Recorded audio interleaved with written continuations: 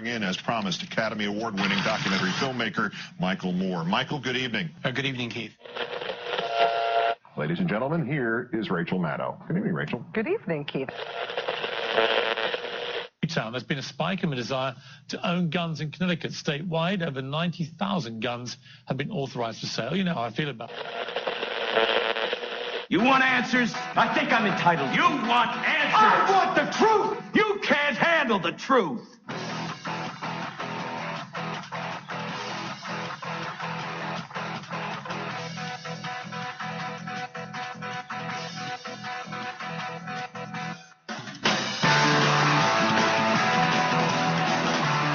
Good evening, my fellow Americans, my fellow patriots. It is Monday, December 23rd. Yes, we are back in the saddle. I got to tell you guys, I missed the 2 nights that we were off last Thursday, but I had to take a break. We were running nonstop, and so I do apologize for Thursday and Friday's show, but I just had to. It was getting to the point to where Sandy was really, really concerned about my health and some of you guys, and I appreciate all the well wishes and and the concerns. It just lets me know that in the Patriot community, we have people that actually care about each other. But it's been a great, relaxing 4-day. Looking forward to the holidays. Now, we will be doing a show tomorrow, but we will obviously be spending Christmas celebrating with our family and our friends, and then we'll probably be back on Friday. So we'll do some replays and everything. But tonight, I just got to tell you, I am so honored. I'm so blessed the fact that we are attracting the type of guests that we are. Now, I will tell you that we've been in touch with Paul Craig Roberts and his organization and some other individuals that are going to be on the first of the year. They've been really busy. It seems that this is the time of deadlines for books and things, but it just lets me know that we are reaching out. We are affecting change. We're starting to make a name for ourselves here at the Midnight Patriot. And I couldn't do that without you, our listeners. But tonight we have a very special guest who's going to be joining us after we take a break. And I do apologize for the late notice, but things just, got to be flexible. Got to be able to adjust and everything. And I want to say, Joe, thanks for setting this up and stuff. But Karen Hudes is going to be joining us. Hope I got her name correct. I'm sure she'll correct me here after the break. Now, for those that don't know, we won't do a full bio, but, Karen is an insider, kind of like myself. She comes from the World Bank. I come from the Defense Department and Homeland Security side. So we got a lot of questions. Got a lot of questions for Karen. So she's going to be joining us at the after the break. And then actually tonight we're also going to be talking about the NSA, obviously. Some revelations on the NSA, Obamacare, like we always do. Don't want to sound like Fox here on the show too much, but, we're going to talk a little bit about Obamacare when we get back from the break. But first, I'm sure we got a lot of questions for Karen.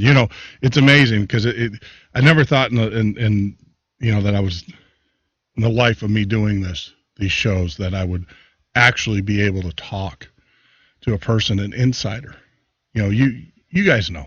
You listen to my show enough to know that I am a strong detractor of the WTO, IMF, and I have ill will towards them. So it's going to be an interesting conversation that I have with Karen, and her being the former legal counsel, top legal counsel for the World Bank. So that's going to be interesting, to say the least. But you're listening to the Midnight Patriot radio show and podcast. Join us on the web at www.themidnightpatriot.com. That is www.themidnightpatriot.com for all the news and show information. You can also join us on our new sister site, patriotfb.com. That is patriotfb.com. We did do some upgrades to the servers. We're also getting some national media attention come the first of the year. We'll talk about that after the break. So we are equipping our servers to be able to handle about 100,000 simultaneous users. It's incredible. So I do apologize for some of the downtime that we had over the weekend getting that ready. But when we get back, we're going to be talking with Karen Hudes.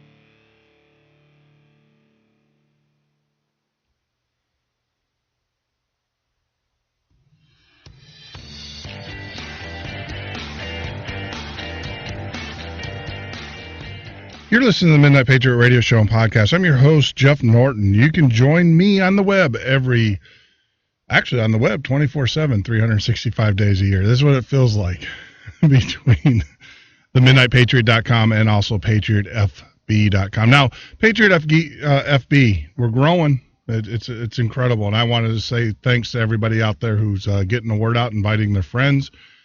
You know, I was out on Facebook today and realized how much I really like Patriot FB. You know, it's actually a community. It's just not a bunch of people up there posting a bunch of crazy stuff. And, it's got a little bit more of a community. If you guys are listening for the first time and haven't gone out there, we highly recommend get out there, join up, patriotfb.com, get some real Patriot friendships. And, you'll see who the guys are that are out there pretty much every night and stuff. But you can join us live here every Monday through Friday from 9 p.m. till 12 a.m. Central Standard Time. And like I said, on the web and stuff. So, it's amazing. I took 2 days off, and it's like, a little tongue-tied here tonight. But we'll get through it. And I just, want to say it's just incredible, the caliber of the guests, that we're bringing, that we're having conversations with here at the Midnight Patriot radio show and podcast. And, it's just unbelievable. It's a little bit too early to reflect on the year that we've been, actually the 3 months, but I just want to tell you, I'm putting it together for our January end of year show, some of our highlights and other conversations that we had. And I'm sure tonight's conversation is definitely going to go into that list. But joining us on the line, actually via Skype from the East Coast, we have Karen Hudes. Now, for those that don't know, Karen studied law at Yale University Law School and economics at the University of Amsterdam.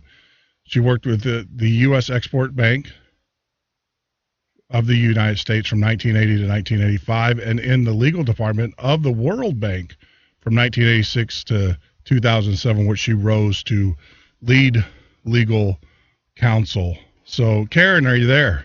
I sure am. Yeah. Thanks for having me, Jeff. Oh, no, thank you. And I apologize for the last minute. I've been a little bit under the weather, and so Joe and stuff have been putting this show together. But thank you for taking time in the last minute for you coming on. And I am just so honored to have you on our show. It's amazing.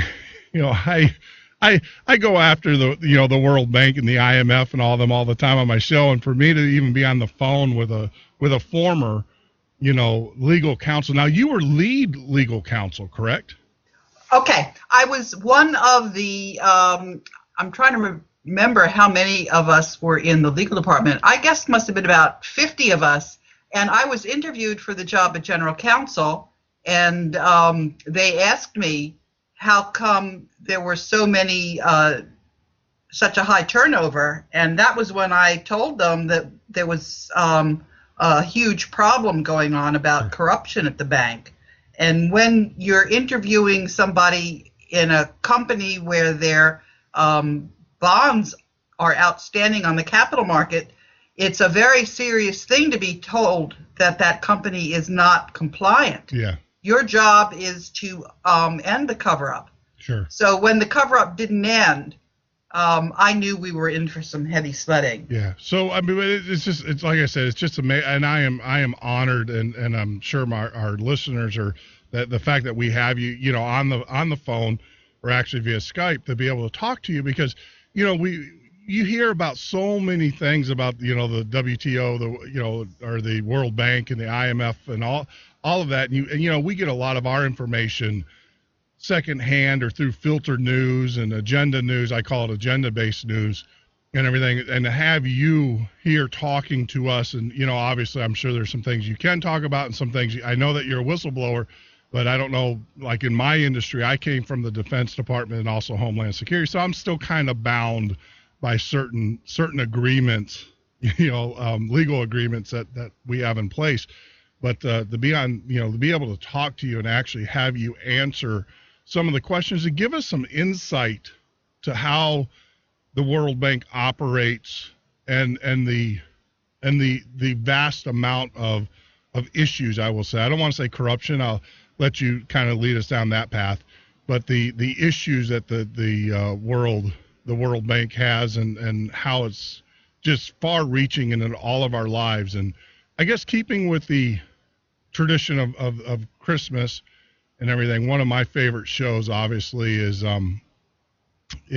Ebenezer Scrooge, the Christmas Carol and stuff. So I guess let's talk about the past first. Let's kind of go start with the past and kind of work our way through it. Okay. Yeah. But let me say that I'm not your typical whistleblower who is trying to get something presented and has to worry about whether or not there's classified information or whether I might be violating some kind of, especially for the national security whistleblowers who can be accused of, being a traitor to their country. I'm in a very different situation. I'm doing my job as a lawyer. Gotcha. I'm ending a cover-up. Yeah. I'm doing my job. I'm following the rules of professional responsibility. I'm duty-bound to be doing exactly what I'm doing. So it puts me in a much, much stronger position. Sure. And that's why I'm also so grateful to you all for giving me the opportunity. Yeah. The pleasure is all mine to be able to explain to people what they absolutely have got to know. And things have really accelerated so that the disclosures that I'm making are, what can I say, explosive. Because I'm not just talking as an individual. I've been working together with other whistleblowers. We're a network. And as my reach has gotten bigger, people are giving me information that I am then, so my disclosures are much more, what can I say, explosive now. Yes. Yeah. Well, and that's a good, that's actually a good point. So when you work, obviously, I'm sure there's confidentiality agreements and things of that nature. No, that's just what I'm trying to say. Oh, wow, there isn't. That's incredible. No, there are none. Because, see, what I am is, in addition to being a lawyer who worked in the World Bank Legal Department, I went and bought a World Bank bond. So I am a bondholder. And that meant that the World Bank did not have any immunity when I sued them in court. Yeah? Ah. Okay. Uh-huh. I knew what I was doing. I warned those people, and not only did I warn them, but the U.S. Congress warned them. Yeah. Senator Lugar said, "Do not fire this lady." Because, and I didn't go to Senator Lugar right off the bat. I was working very hard on the inside to try to get the World Bank to do what it was supposed to do. I went up the corporate ladder, and I ultimately went to the World Bank Audit Committee. Sure. And the thing that makes my situation so, when I use the word explosive, that's not even the right word for it, because the World Bank is right at the very crossroads of the international financial system. And as a bondholder, I can go, and the World Bank has $180 billion worth of bonds in all of the world's capital markets. So I went to each and every attorney general of the states who were obligated to protect all of the bondholders in their states. And I said, the World Bank is out of compliance. You are obligated to bring the World Bank into compliance. So, Senator Lugar wrote 3 letters to the World Bank before I was fired. It was kind of like moving in slow motion. And then after I was fired, 3 senators asked for the U.S. Government Accountability Office to do an inquiry. That was Senator Lugar, Leahy, and Bai. Mm-hmm. And then when the World Bank stonewalled the GAO, that was not a smart move, because normally what the World Bank does is it doesn't have to depend on Congress for funding. It's issuing bonds, it's getting money, and some of that money they use it to trade on the capital markets. The traders earn money on it. That's how the World Bank gets its money. Sure. Oh, okay. But every now and then they have to go to Congress for like a capital increase when all of the countries of the world have to contribute capital to the World Bank. Then they do have to appropriate money. And the World Bank has 5 different, sub companies. It's like a group of affiliates. And one of those affiliates makes loans at very low interest rates. So the taxpayers subsidize the interest rates. Okay. That's for the very poorest countries. So when the Congress was the taxpayers were giving money to the World Bank, and the World Bank was not cooperating with the GAO, they were in trouble. So the last time the Congress appropriated money for the capital increase, they put a rider on there. They said, we're appropriating the money, but you're not going to see a penny of it. We're not going to disperse it until the effect of retaliation against the World Bank whistleblowers has been eliminated. So that means that the World Bank doesn't get its money until I'm reinstated. So yeah, they're in, they're not in good shape right now. So the World Bank it's my obviously, the research I have, it is a conglomerate. Is that, of several nation banks? No. National banks. How is it structured? Okay, it's like, think of a cooperative. Okay. It's a cooperative of all the 188 countries. There are a couple of countries that aren't members, but it started out with 44 in 1944, and there's actually two organizations that are very important to keep in mind. The World Bank has different group. It's a group of affiliates. So one of them makes loans to middle-income countries. One makes loans to the poorer countries. There's one for the private sector. But most of what the World Bank does is with the government shareholders, and it does projects in those countries. But there's something called the International Monetary Fund, which is right across the street from the World Bank. And that's the organization that tries to keep all of the currencies from getting out of whack. And it's having a hard time because, don't forget, we went off the gold standard in 1971. And we are teetering on the edge of a currency war. But we're not going to end up in a currency war, because one of the most important things that the World Bank is, and the IMF, they're called the Bretton Woods institutions, by the way, because there's a ski resort in New Hampshire named Bretton Woods, which is where 44 countries went in 1944, just when that was the conference creating the World Bank and the IMF. Okay.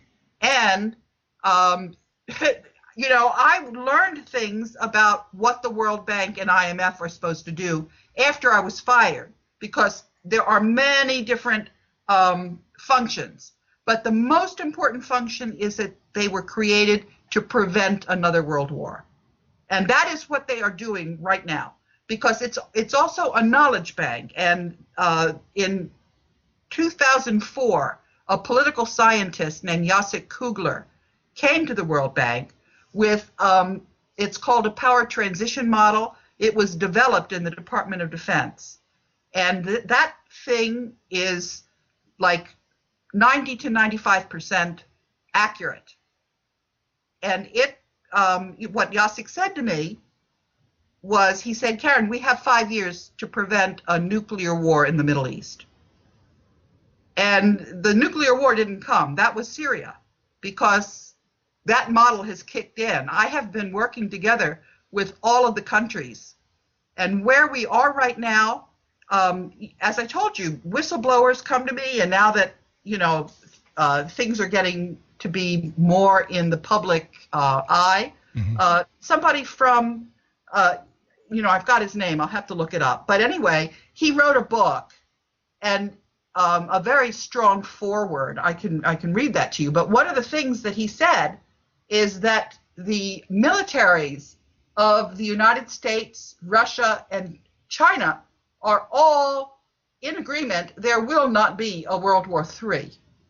They've and you saw that. I mean, we were told that there were chemical warfare being used in Syria, and this is the very first time that the citizens didn't fall for that bunk. Yeah. Yeah. Yeah. So we are preventing World War III, and the people who wanted World War III, I can explain to you who they were and what their game plan was. Their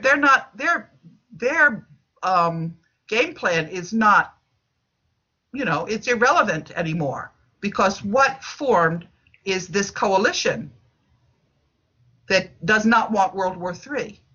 So I guess now I'm confused. Now you threw me a curveball. See, I'm getting an education here. So I've always thought that the World Bank and the IMF and stuff were were for global domination and through wars and manipulations of currencies and everything. But you just said that the IMF or its sole charter, and it might have morphed from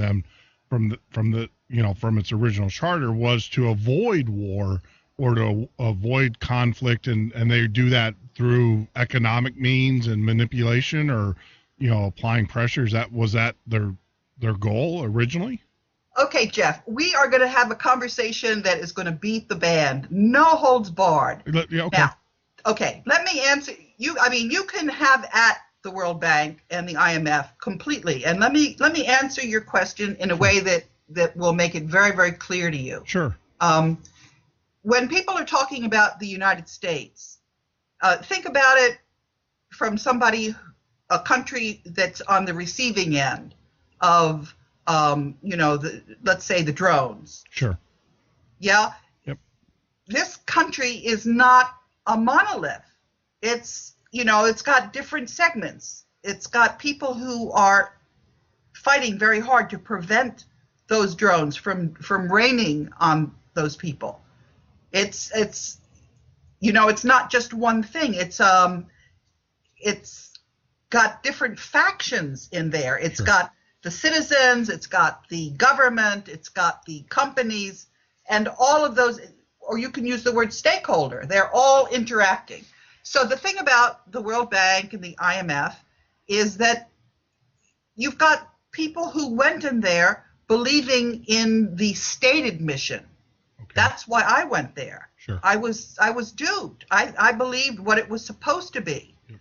And the thing about the World Bank is, as a lawyer, I looked at the bylaws, the Articles of Agreement, and these, it's like a treaty. And all of the countries that are members, their legislatures have to enact those articles. Those articles are actually very good. It's just there are little, what can I say, wheels within wheels that allow a dominant entity, and we can describe that dominant entity. I've gotten to know it quite well.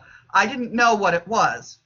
I didn't know who was really running the World Bank. I thought it was the member countries. I didn't realize that it was a hidden power, the one that's been behind all of the terrible things that the United States has done. We have been a country that has been dominated. We never made it into an independent country. Yeah. We have been dictated to by the groups that were dominating the United Kingdom. And, as I said, as I've gotten more and more visibility, people have been giving me more and more information so that I understand now how the system works. I didn't understand it, and most people don't understand it. But we have a very accurate understanding now that I'm happy to share. I can't wait to share it. I'm able to dot all the I's and cross all the T's in ways that I couldn't before. Sure. So when you were talking, and the thing is, when you, especially as a lawyer, the lawyers deliberately try to make things complicated so people can't follow them. They use gobbledygook. Yeah. But you were talking about your favorite cartoon, which is, what was it again? Did you want to talk about at Christmas? The Christmas Carol. So I just wanted to kind of frame the conversation in past, present, and then future. Where we're heading future. Can I bring another absolutely fairy tale or whatever? Oh yeah, no, absolutely. The Wizard of Oz. The Wizard of Oz. We are going to talk about the Wizard of Oz. I'm with you on there. I don't. Our first interview, so was with Ellen Brown. Yeah. Wrote an excellent book, The Web of Debt, and she framed that book in the Wizard of Oz. So let's go. I'm ready. You got me. I don't know about you. The listeners out there, we got about 2,000 listeners. I'll just let you know, and I'm on the edge of my seat because this is just fascinating stuff, and I am learning so much just in the short time that we've talked. So I hope you don't mind. I'm going to turn off all of the advertising and all of the breaks, and we're just going to sit down and we're going to talk. If that's okay with you. That's good. Perfect. That's great. Perfect. Yeah. That'll be really nice. But I didn't finish saying what I was saying when I was making the analogy about the U.S. Not being just one thing, but consisting of its parts. Sure. When you look at the World Bank, there are whistleblowers on one edge. They're the ones that want to keep the World Bank to its stated mission. Mm-hmm. And on the other end, let me tell you right now who we're really working up against. It's the Jesuits. I didn't know that when I started, but that's who we're up against. And everybody else is in the middle. And there have been such incredible fireworks. But I can tell you right now, the Jesuits are on the run for the Jesuits have had it bad during their history, but they never had it as bad as they have it now. Because, with the internet and with all of the tools of modern communication and having documented exactly what they have done, they will never, ever recover from this. Just yesterday, Gambino is now talking about what the Jesuits are and what they were responsible for. Wow. So, here's the best thing about where we are right now, which is a lot of times when people hear about a problem, they don't have a clear solution. That, what do I do? Do I overthrow the government? No, you don't overthrow the government. I'll tell you what you do. It's so simple. It's so beautiful. It's really, I can't, I just get, I get kind of really very emotional when I think of whose shoulders we're standing on, because the solution is very straightforward. Do you remember when John F. Kennedy was shot? Mm-hmm. He had a solution, and we are going to implement his solution. Yeah. His solution was to have the U.S. dollar issued by the Treasury. Yes. And to have it backed by gold. Yeah. And he printed the dollar bills that were going to be issued by the Treasury Department. They are uncut. They are waiting. They are in a bank, in a bank vault. They're going to be issued. And those dollars are going to be backed by gold. There's 170,500 metric tons of gold that has been promised to us. And we're just simply going to get that. It's going to happen. We have a very beautiful, straightforward solution. And the thing is, there's enough gold to go around for each and every country to issue their own currency, to take it away from these banks. By the way, if Skype goes out, and it might, because sometimes people they can't bear the fact that we've won. Yeah. So is there a phone number I can call in case we get... Oh, absolutely. You can call in. It's actually, let me give you the direct number here to the studios. 262-997-0607. That's 262-997-0607. That's the direct number. Yep.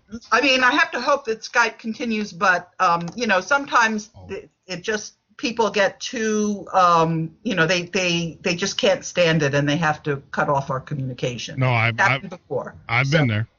We've had those types of attacks many times on our show. We probably are going to get that tonight, but maybe not. So, all right, good. Yeah. We have a clear solution. It is right there for us. And you can say, well, if it's so clear and it's right there for us, why don't we have it right now? Yeah. I've asked that question. I know that, Ellen, we were talking about that on the show, is that it is so clear. We could go to a public banking system. Like you said, we can take the money against the Federal Reserve.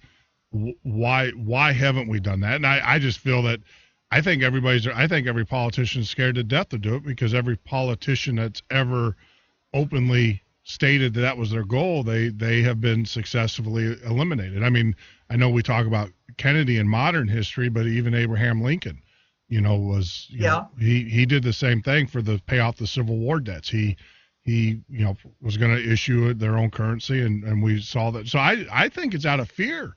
No, Jeff, no. I mean, yeah, there are people that certainly fear the kinds of shenanigans that those Jesuits pull. But no, that's not the reason. Okay. The reason is that when people look at the U.S. Congress and they look at the U.S. Constitution, they think that what we're dealing with is the Constitution that everybody reads that's got the Bill of Rights attached to it. Mm-hmm. And that's not what we really have. There was a second Constitution in 1873. And that Constitution, they incorporated the United States, the bankers did, because the U.S. was bankrupt. Mm-hmm. And that's the one that the U.S. Congress is told they're really serving under. So the members of Congress, rather than being elected by the citizens, yeah, they're elected, but they're considering themselves to be managers of a corporation that's incorporated in the District of Columbia. Sounds like I'm making this up. It sounds like I've lost it, but no, that's what's happened. They and the lawyers, there was a constitutional amendment which people got really disgusted at what the lawyers were doing. It turns out that lawyers, when they become a member of the bar, they don't realize that they are actually serving under the there's a bar in the United Kingdom. The United States is actually a colony. We're still a colony of the United Kingdom. We never won the War of Independence. There were secret agreements going back. And the worst secret agreement started in the 1200s with, I think it was King John. Mm-hmm. And he swore that the United Kingdom was actually, because of again, he had run into money difficulties, and he had borrowed money from the Pope. And he agreed that the United Kingdom was going to be subservient to Rome. And so when we pay our taxes, the money goes to the Federal Reserve, and then it goes to the United Kingdom. The United Kingdom, it's not the United Kingdom, it's actually something called the Crown. And I've gotten, papers that describe exactly how this happens. And then 2/3 of it ends up in the Vatican. And so you can say, well, how are we financing our public expenditures? That's through the drug trade. And when you see what Gambino is saying, he's saying all of the drugs that are being sold, the mafia is getting a piece of it, but the U.S. government is getting a lot of that. That's what we're doing in Afghanistan. We're growing poppies for heroin. Yeah, I mean, well, we know that. I mean, actually, the heroin trade has boomed under the United States eye, and we were talking about that on our show last week. That they said that they're going to have record crops of heroin, and our soldiers are there to protect it, and are there, making sure. And I've actually have a general, when he was questioned about that, I have it in his own words where he said, look, that's their way of making a living, and we're going to allow them to do that. No, but it's not that they're making a living. Yeah, I know. They're doing it for us. Yes, the masters. Exactly. I know, but that's that. Like I said, I was just shocked that here I am listening to a military man, a general, openly say that, we know what's going on and we're there to help them. And, they'll say whatever they want to say so they can sleep well at night. If they do sleep well at night, I doubt they do. But but that was the standard. I was just flabbergasted the fact that they just openly say that. Yeah. And I agree with you, is that the reason why they're allowing it to happen is because those farmers aren't getting the benefit of it. It's not at all. It's the government and the governments that are involved in the trade and everything. So no, I agree with you on that. But this is some scary stuff, Karen. I'll tell you who it's scary for, Jeff. Yeah. It's scary for those crooks. Yeah. It's not scary for us because I was starting to tell you about this very accurate power transition model. Sure. It's 90 to 95% accurate, and the one who's won is us. When I say us, I mean the rule of law. So the Jesuits are, they're it's more than they've seen the writing on the wall. They've lost. Yeah. We have a huge coalition that want to have a different kind of a world, and we are on the edge of it. And the reason that we aren't over the edge is because it has been such a huge cover up. The system, many people, when they look at the system, they see, the fake reality that's presented to them. They don't see this reality, this real reality that you and I are talking about. But enough of us now understand what's really going on, what reality actually is.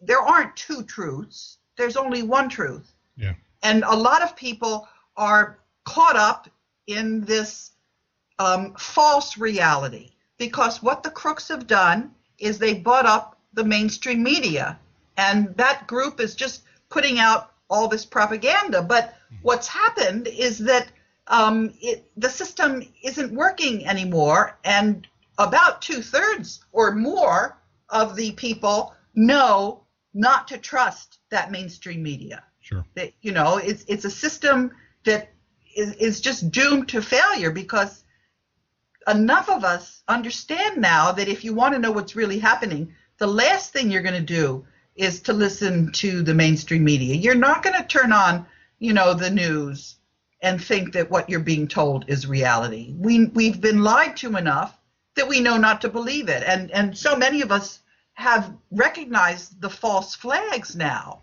They've worn thin. We're not buying this business about the bullet that careens around and comes in and out of JFK. Yeah. And especially because Gambino was talking about who it was that fired the last shot out of the sewer. It was the mafia. Yeah. So we have got to go back and retrofit our history to the reality. And once we do, we've got some adjustments to make. Yeah. And that's where we are.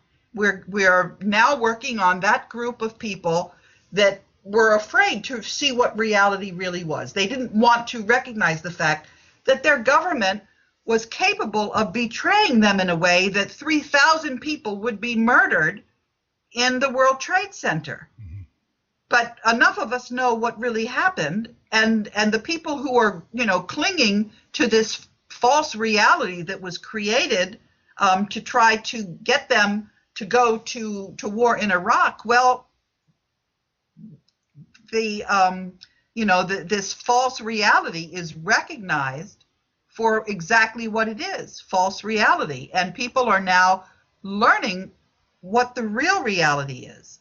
And enough of us know it. And we are now, and especially the people that are helping me, because as a lawyer, I'm pointing to all of the consequences of this false reality. We're not just, we're not like in the French Revolution where we have to cut off everybody's head. No, we've got the world's legal system behind us, and we can use that. And what we have in the United States, this is really gorgeous.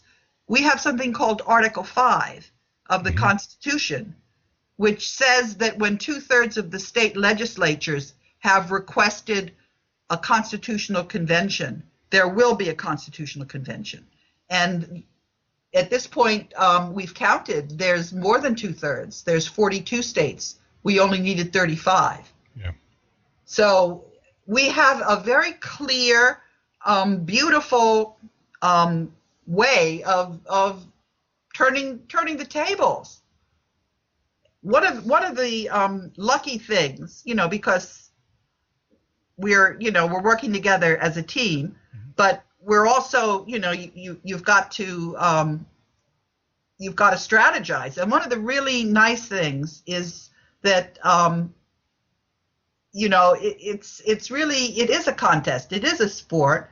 And the sport that I know is fencing, which is a wonderful, wonderful sport, because what it does is it drills into you the fact that you want somebody to attack you. That's your opportunity. Yeah. When somebody's attacking you is when they are not able to defend themselves. You cannot simultaneously attack and defend. So if your opponent is attacking you, that is your opportunity to come in on the other side. And so we've been under attack, but we've been using those opportunities for showing people what we're up against. Sure. And we're winning. We've won. And where we are is we've got to and this is the point I made this morning, actually. I sent an email to, and anybody, by the way, who wants to see the backup documentation, my website is kahudes.net. And I also, if you go on Facebook, you can see a lot of the documentation with, it's called hashtag. That's the symbol for number, and then Karen Hudes, all run together. And you can see the email that I sent this morning. I sent it to, there's a group in the United Kingdom that's like the Council for Foreign Relations, but it's in the United Kingdom. It's called Chatham House. Mm-hmm. So I sent it to the board of Chatham House. That's the group that's sort of at the top of the financial system. And I copied a fellow who I hadn't known about, but he's the United States, the head of the Knights of Malta in the United States. Okay. And what I said to them, he was the former mayor of Boston. I'm trying to remember his name. Anyway, if you go on Facebook, you'll see who he is. And I said, okay, guys, you all know that people know what's what. They know what the Knights of Malta are. They know what it is you've done. You have betrayed your country. You're a traitor. And so you have absolutely nothing left to stand on. We all know what you've done, and it's time to let us have the gold to support the dollar. It's time. Yeah. And if you don't allow us to do this immediately, we are going to take that into account. Right now, you've got clemency, but that's not going to last much longer. That was what I wrote this morning, and that's where we are. Yes. I mean, this is unbelievable, because it just, one of the things that you pointed out is what I thought, and I know part of that's by design. In our tradecraft, we call that security by confusion. So it's always it's like the shell game where it's always moving and everything. And mainstream media. I've always in my research and the research I get from alternative / even mainstream media was that the WTO and the structure, and you've just completely opened my eyes. I never knew the Jesuits. This is the first time I've ever heard in all of my, and maybe I'm just young, I'm just waking up myself, but this is the first time I've ever heard the Jesuits being involved in a lot of this, or they're culpable in a lot of it as well. And this is just amazing, amazing stuff. Let's get this straight, Jeff. It's not they're culpable as well. They are the ones. They're the masterminds. They are it. See. Wow. I mean, that's just incredible, because that just gives me a whole nother set of research. Okay, and when you talk about the United States, sure, we are being run out of Georgetown University. Okay. And that is, when you say Georgetown, is that because that's basic? I mean, obviously Georgetown is the Jesuit stronghold. And, yeah. Wow. Yeah. Just incredible. Now, I guess my question, or just observation in all of this,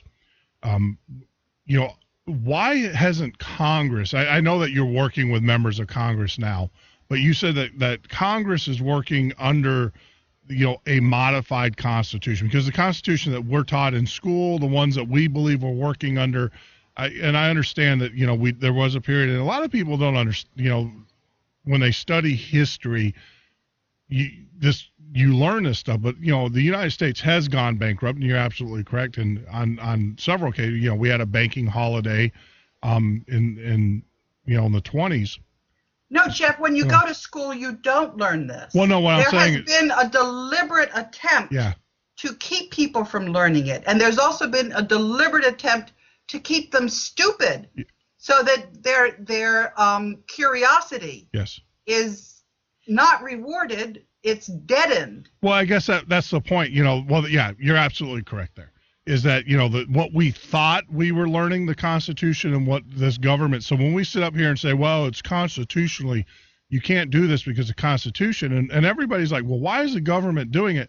And you've just shed so much insight into that, is the fact that they're playing by a whole different set of rules. They have been keeping everybody dumb. The people that got tenure were the ones who towed the line, and anybody who didn't toe the line didn't get tenure and was hustled out of the universities. Sure. It's just that's just incredible, because now I've got to start doing the research on, and this was in 1780. Look, it's all, I'll tell you what, as we've gotten more and more exposure, if you go on the posts that I've been putting out on the Facebook, you will see very clear, well-written descriptions of all of this. Okay. And the people that are giving this to me, they're what can I say? They know where this is going, and they know what I'm doing with it, and it's just all there. Yes. Well, yeah. I mean, I don't doubt that. I mean, you're we have a lot of credible guests on the show, but I will have to tell you that you obviously are you don't have your background and you don't have your experience and everything. And I know that, even in my field of work, that you have associations and you develop those. And I'm listening to you at all because there was no coverage of this cover up. Sure. I was just writing to all of the various stakeholders is what they are. So I'll tell you who I was writing to. I was writing to Congress for a long time. I was writing to something called the National Advisory Council, and then it goes on international monetary and financial policies. Who is that? It's chaired by the Secretary of the Treasury. It's got the chairman of the Federal Reserve on it. It's got the chairwoman or chairman of the Securities and Exchange Commission. It's got the Secretary of State on it.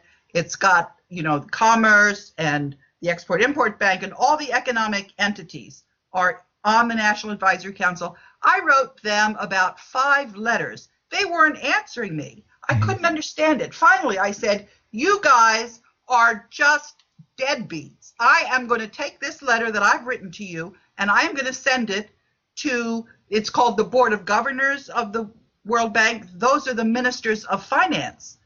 I sent it to 188 ministers of finance. I've been writing those people. And don't forget, because I'm a bondholder, I'm not just writing them a letter saying, I'd like to complain. I'm writing them and telling them that they're falling down on the job. I'm saying you are not protecting the bondholders of the World Bank entitled to accurate financial information. And there's a UK whistleblower named Elaine Colville, and she showed me where the committees in the UK Parliament were asking for people to respond to specific questions. So Elaine and I have 3 statements up on the UK Parliament website.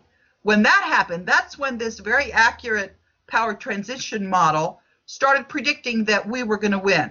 And that was when Jacek Kugler, who was the political scientist who brought that to me, got back in touch with me, because he knew that is 90 to 95% accurate. That's when, in the Bible, when they say the writing's on the wall, that's when the writing was on the wall for the Jesuits. And they were doing everything in their power to derail us. And it was just showing them. They had to start showing their hand. Yeah. And it wasn't working. And it just got worse and worse and worse. And the last thing they did in desperation was on the 8th of October, That was when they tried to put a nuclear bomb on Charleston. Yeah. And instead it detonated 600 miles off the coast. And that's when they started firing the various members of the defense. Well, not only did they fire him, but the individual, the general that was in charge of the investigation, his airplane mysteriously crashed, and he was killed. Yeah, but that's the whole point. It's not working. We're on to them. Yeah. So that as they try to do these stupid things, they reveal themselves even more. Yeah? So it's just not working. And at the moment, what we have is quite a compelling story. Sure. We go to the American public, and I'm trying to remember the name of the naval officer who was fired. He's the one who had disclosed the fact that this nuclear bomb was going to go off. Mm-hmm. And that's how come it detonated in the ocean instead of on Charleston. Yep. Yeah. So I wrote a letter to the Inspector General of the Department of Defense. I said those firings were illegal. These patriots are to be reinstated. They protected us from a nuclear bomb going off in Charleston. What on earth do you think you're doing by sitting there and not reinstating them? So this is something that do American people want a general who protected them? Do they want him to be dismissed, or do they want him to be reinstated? This is pretty compelling. Yeah. I mean, that's where we are.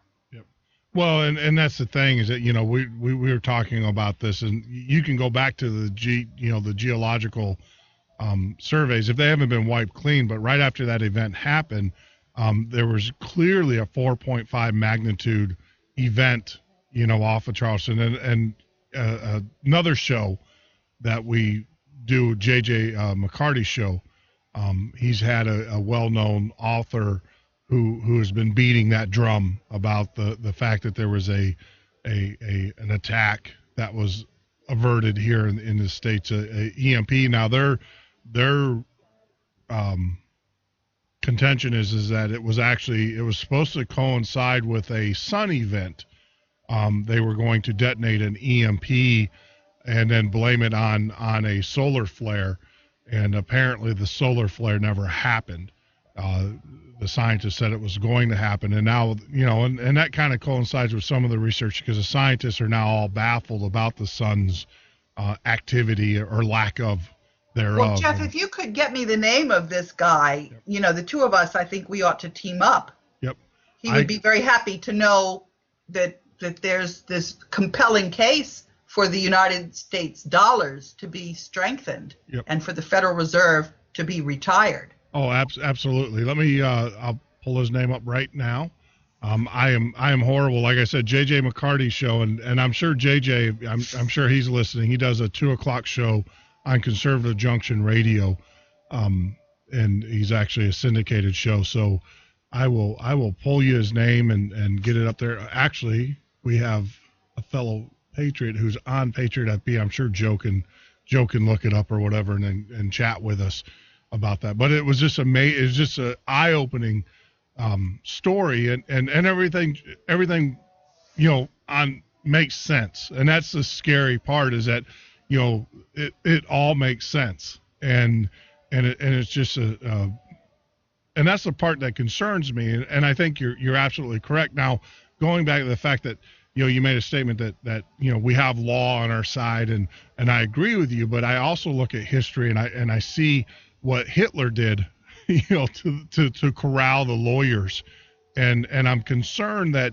are you not concerned that here in the United States that we could have a similar kind of legislator or government that would come in and start bringing people like lawyers like yourself and everything that are speaking out under control? No, Jeff, they cannot bring us under control. Okay. I'll tell you why. Because there's this coalition that I'm telling you about. Sure. I have been on Russia Today TV 3 times. All right? Why do you think they put me there? Gotcha. All right? Germany flew a military helicopter over Frankfurt and buzzed our consulate and broke all the dishes in there. And I have an article on the third biggest website for businesses in Germany. And, you know, when I gave them the article, I said, is there anything else you want me to say? They said, yeah, could you say what that military helicopter was doing? And so, you know, I looked to see what explanations there were. And the explanation was that that was a shot across the bow. Now, when I had this very accurate power transition model, it was telling me that the U.S. was going to lose its allies if we didn't start playing by the rules. And so I went to the Treasury Department in 2007, and I said we were going to lose something called the Gentleman's Agreement. That was that the U.S. could just select whoever was going to be the president of the World Bank, and the rest of the countries would just accept that. And I warned the Treasury Department in 2007 that this model was predicting that we were going to lose the Gentleman's Agreement. That was in place for 66 years. And they didn't do anything. So we did lose that in 2010, although the man who's now the president of the World Bank is an American, that's Dr. Jim Kim. He had to campaign, and he almost didn't get the job. There were two other candidates. So we lost the Gentleman's Agreement, and this very accurate model was predicting a currency war. So if we do not have rule of law, we will have a currency war. And currency wars always end up in world wars. Now, getting back to Germany, what I wrote to the Senate Committee on Foreign Relations was that the German representative on the board of the World Bank had said that the board was being treated like a mushroom kept in the dark and covered with fertilizer. Yep. Yeah. Yep. And then in 2008, this is when Chuck Hagel was the senator from Nebraska. I cornered him. He was doing a book signing, and you know, I started complaining to him. You know, I said this model is accurate, and you know, we've lost. We're going to lose the Gentleman's Agreement. I said, and you know, I said we cannot be playing cat and mouse with our allies. You know, it's just not going to work out for us. This model is so accurate. And the thing was, he had a very good staff member, you know, and he was onto this problem. He was one of the people in the Congress that was onto the problem. So I met with his staff member before the book signing, and and the thing is, I kept all of this correspondence. I've got a lot of it up on my website. So there's no place for people to go and hide. When Chuck Hagel became the Secretary of Defense, I went back to the Defense Department. I said, you know that very accurate power transition model and what it's predicting. And a week after I did that, the person who was the manager of that model contacted me on LinkedIn. And so I said, well, we've got no choice. We don't want to become a third-rate nation. We don't want to lose all our allies. We have got to play by the rules. And then that person said, look, you're not going to be able to talk to the Secretary of Defense through me. You're going to have to find some other people to talk to through, you know, in the Department of Defense. So I'll tell you who I've been talking to there. I've been sending faxes. I must have, and emails. There's an office where, you know, the public can send emails. So I've been logging all of this in. And then what I do is I send a fax to 3 people in the Department of Defense. One is the chairman of the Joint Chiefs of Staff. One is the legislative liaison. And one is Peter Verga, who is the person who's the liaison between the Department of Defense and Homeland Security. And there's something called the governors, the Council of Governors. There's 10 governors. They're the ones that are also representing the 10 FEMA camp locations. And one of them is in Hawaii, the governor of Hawaii. One of them is the president of the National Governors Association. I've been all over the National Governors Association. I've been writing to all the sheriffs. And, I've been putting all this stuff up on Facebook. And every now and then, people criticize me. They say, how can you say that the governors are going to turn this country around? My governor is a total crook, And then they described to me what had happened to them. It was really incredible. Their house had been, with these weird mortgages. Yeah. Their house was illegally repossessed. And then to try to intimidate them, their pets were murdered. And it turned out that the whole block where the mortgage was recorded on, the records in the county were erased. So I said, we've got a problem in your state. Mm-hmm. So I started going to the county executives, and there was their annual meeting was in Fort Worth, Texas. And just before then, I was having problems because Eric Holder and the district attorney for the District of Columbia were suing me for trespass. They had thrown me in jail, and I was, I was tickling them back. Wait. So they. Yeah. But anyway, so what we did was somebody sent me an email and said, well, since you're busy answering Eric Holder's trespass charges, why don't I help you? And they put together a letter writing campaign, and a lot of people wrote their county executives. And so at that meeting, my county executive for Montgomery County, Maryland, Ike Leggett, was elected as the president of the County Executives of America. So I'm dealing with all the executives, sure, the county executives. And, when people write into me and they say, what should I do? I say, well, you just tell them that the county executives are dragging their feet.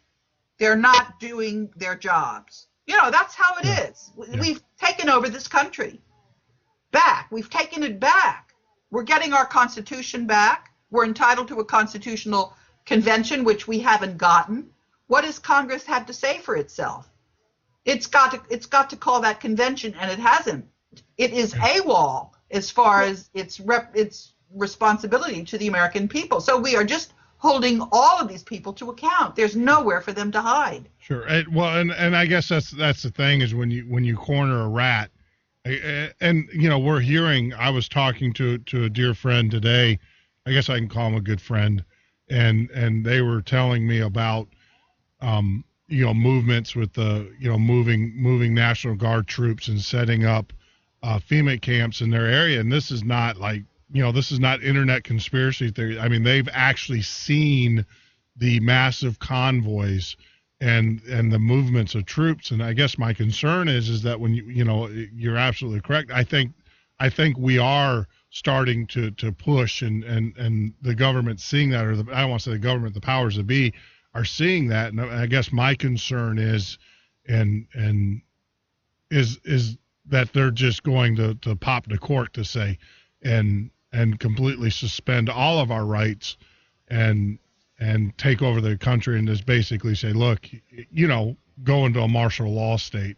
They would like that. That was their game book. They thought that that's the reason that we're hearing about this spying by the National Security Agency. And that's the reason that we're hearing about all of these terrible race problems. That where Rodney, what's his name, was murdered, and the murderer got off scot-free. This is, they're playing every card they can. That's why the truck drivers were all told to convene in Washington. They want martial law. They want the American citizens to just lose it. Yes. But what we're saying to them is, you don't have to lose it. We've got your back. Yeah. We've got the solution. Our founding fathers gave us the solution. We just have a constitutional convention, and you keep us lawyers honest because we're crooks. We know we're crooks. There it is for you. We're total crooks. And so you watch what's going on. It's your job as citizens to watch what's going on. Yeah. Here's what they've done. Here's what the crooks have done. They are caught red-handed with their hand in the till, and we've got we've got it from A to Z exactly where their hand is in the till, and we know who the crooks are. And so the point is, all of these people that are kept in line by the Jesuits and the Black Pope, that guy has got to be feeling rather uncomfortable, because everybody that he's trying to get to be subservient to him knows that everybody sees what they're doing.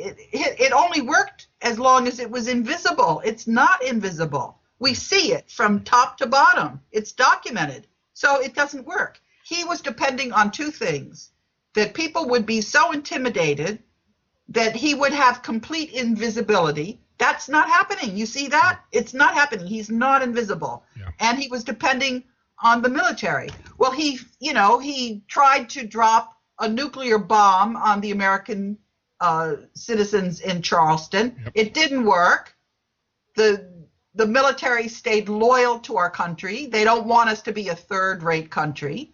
Yeah. And, I asked General Dempsey at a town hall meeting, why did he decide all of a sudden to have a town hall meeting? So I could ask him this question. And people called me up so I could ask the question. I didn't know he was having a town hall meeting. They called me up. They said, Karen, you have an hour to write a question and get it in. You better believe I got it in. And the funny thing about it was they didn't call me on the phone. They just sent me an email. Lucky enough, I read that email. Yeah. I read it the minute it came. How did that happen? I don't know. There are a lot of things that go on that I can't account for. Sure. But in any event, I got my question in to General Dempsey. And it was a very good question. It was, if your job is to make sure that you can defend the American people, and we don't have a strong dollar, and our credit rating is going down. By the way, there's going to be a fourth credit rating agency that's owned by Russia and China, and our credit rating is tanking because of the Federal Reserve. Yeah. And we don't need for it to tank. We can have a strong credit rating. Yep. We just have to kick those crooks out. Yep. Yeah? So I asked General Dempsey this. Did he give me an answer? No. Well, if his job is to have a strong military, and we're getting a weak military, and he's not answering the question, what is he doing? Yeah. We better, what is he doing? And it's right out in front of all the American people. General Dempsey is screwing up his job as the Joint Chiefs of Staff. He's not answering this question. Yeah. No, and like I said, it's almost, I don't know. I mean, I get a feeling that, the group, the gang, it's not the Gang of Eight or whatever the group, they pretty much have just reserved the factor in their minds. They said, look, we're going to get as much as we can to protect ourselves and our families, and the heck with everybody else. And No. It doesn't work that way. Right now, he's on notice. We're having a program, and I'm saying that he deserves to be fired because he's not answering the questions and he's not doing his job. It's open and shut. And he's a screw-up. Yeah. Well, don't just say, yeah, Jeff. Well, Tell all of your listeners, just ask him why he didn't do his town hall meeting. Yeah, hold him to account. Yeah, no, you're absolutely correct. We need to get together, and we just need to, because this is the first I've heard of it. This is the first that I've actually, this is news to me. I mean, everything you're telling me, I thought I was awake. I'm really awake. Here it is, Jeff. Yeah. You're glad I'm getting on your show. You're not so glad I'm on your show. This is what I do. This is my job. I'm a very good nag. Yeah, no, I'm nagging you. I'm putting you on notice with your audience. And that's the way it should be. Yeah. So I'm on your show, and I'm telling everybody that if you don't go to General Dempsey and tell him he is a ne'er-do-well, how is he letting his loyal officers who are protecting their homeland from nuclear bombs get fired? Yes. Why isn't that general back at his desk tomorrow? Yes. I'm with you. I am. I mean, that's our job as citizens. Yep. And and I'm glad, and I just want to say thanks, because one of the things is we know what the problem is, and it's great the fact that we have talked for an hour and a half almost, and and everything you're talking about is the solution of the right. issue. And that's out. I mean, that's incredible because we all know it's screwed up. And so my silence for the most part, and I'm taking this all in and saying to myself, and I hope the listeners are coming to the same conclusion. We need to even get more involved, doing the show. We need to, like you said, we need to, contact Dempsey every chance we get, completely just pound them and say, why are you doing this? Why haven't you followed up? Why are these generals? And, we talk about it, but I think you've laid out a pretty good, good plan. Here's the point. Because of where I'm sitting at the crossroads of the international financial system. And what I did was I laid a booby trap. I didn't know it at the time. I was just doing my job. I mean, when I say I didn't know it at the time, in a way, I really did. Because when Jacek Kugler told me how accurate his model was, and then when I was fired and I knew how accurate his model was, I couldn't walk away because it had to, we had to turn things around. It was so clear to me what the consequences were, but it was also clear to me that we, once the UK Parliament published my question, actually the year before, that was when the Serious Fraud Office called up the SEC.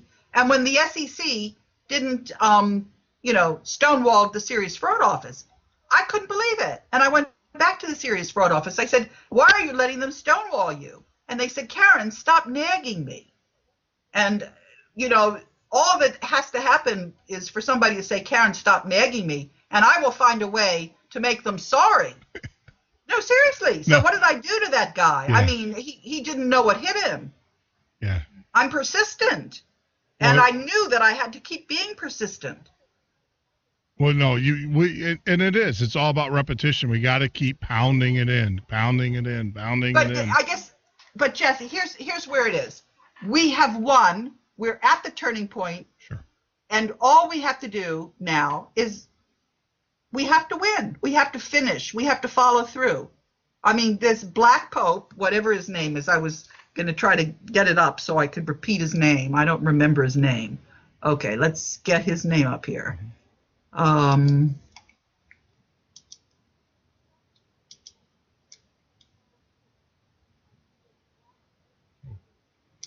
it on, I'm sure we got Adolfo Nicholas. He's the Superior General of the Society of Jesus. Okay, Adolfo, it's time for you to hustle on away. And I'll tell you one of the reasons why he's not hustling on away. You ready for this? Yes, ma'am. He's a devil worshiper. He thinks the devil is going to protect him. Wow. He's wrong. We won. We won big time. Wow. So your minions and your principalities and your sponsor have lost. They have lost, and they are lost, and they will remain lost. And they better let us get on with our business. Yep. I'm still at awe. You got me speechless, and that's not art. I mean, that's not easy to do. I should say. I'm sitting here because I got to rethink and reprogram a lot of the preconceptions that I had, but it makes perfect sense. It makes perfect sense because this is a classic, right hand, left hand kind of thing, and the fact that you bring in the Jesuits and the Black Pope. And I just want to let everybody know there's actual an individual. His name is, or his title is the Black Pope. This is just mind boggling. And it does shed a lot of light, a lot of questions that I had, and the fact that a lot of the things that are going on in today, economically and also military and strategically and stuff, it ties it all together, which makes it even scarier for me because What's scary? Well, it's not. Let me. When I say scary, and I Stone Anthony was designing, he goes, "I'm not scared." It's not scary. It's just I guess my concern is that we do have their backs against the wall, and we know that. And they're coming out. I'm not scared for me, or my family. I'm more concerned about typically when you push them up against the wall like that. Except when you've won. Yep. We've won. Yeah. I'm just a little, because I think that they probably have one more thing up their sleeve. I mean, no. They don't. They did everything up that was up their sleeve. Sure. We've been there and done that. It didn't work, did it? No, it didn't work. Yeah. I guess my concern is that they were unsuccessful in detonating a nuclear warhead, but who's to say that they don't get because they did eliminate most of the Patriot generals. I mean, we've had over 11 now flag officers or generals that have been relieved of duty, and we have well over 400 mid-level officers who have been discharged or relieved of duty under this administration. And as a lawyer, sure. When the charges of dismissal are incorrect, people get reinstated. Yes. They are all to be reinstated. Well, you're correct, but I guess that's got to take its time through the judicial, especially the military. No. Look. Sure. Look at what our Russia has been saying. Look at what happened when they tried to relieve the person of command who was assigned to Russia. Mm-hmm. And the Russians did not take kindly to a purge of the military, did they? They sent some pretty strong signals, didn't they? Yes. So do we want Russia down our throats? Is this what we want? No, this is not what we want. We want them as our ally, and that's where they are. They are our ally. So any traitor who thinks that they can fire these military officers, these patriots, maybe that's the person who's going to be fired. Yeah, maybe that's the person who needs to be fired. That's what's going on here. Gotcha. Wow. We got a lot of work. we got to push. Oh, we don't have to push. It's all right there. Yes. Everybody sees it for exactly what it is. Yeah. Well, we got to get the way, because this is the first. I thought I was pretty well plugged in, and this is the first I've heard on this side of it. And we got to continue to push, but it is a plausible, and it definitely makes. I mean, it definitely is plausible. Humanity was put to the trial. Mm-hmm. Yeah, and guess what happened? We sailed through. We got an A+. And now that we got an A+, we are going to be implementing what it was that we won. We won.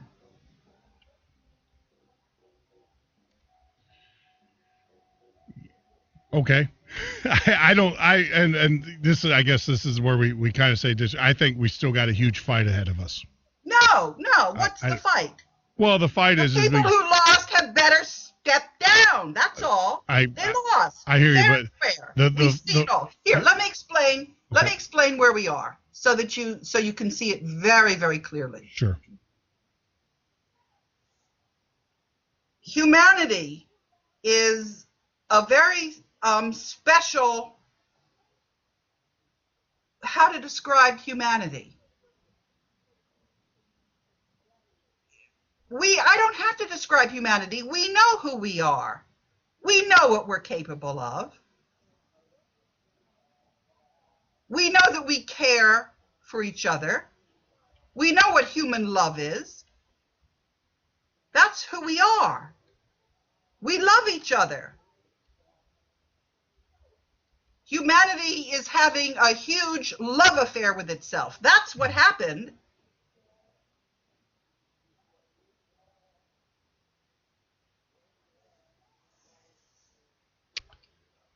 Yeah. I get you. It's just, I guess my concern is I think like a cornered lion or whatever, they're going to come out swinging. I think there's going to be one more volley. You didn't hear what I said. Well, I can understand when you've got us, who we all, are supportive and humanity. I hear you, but I'm saying we love each other. We do, but we have rescued each other. Our love has prevailed. Sure. I mean, all right, let me tell you where we are, so that you can celebrate it.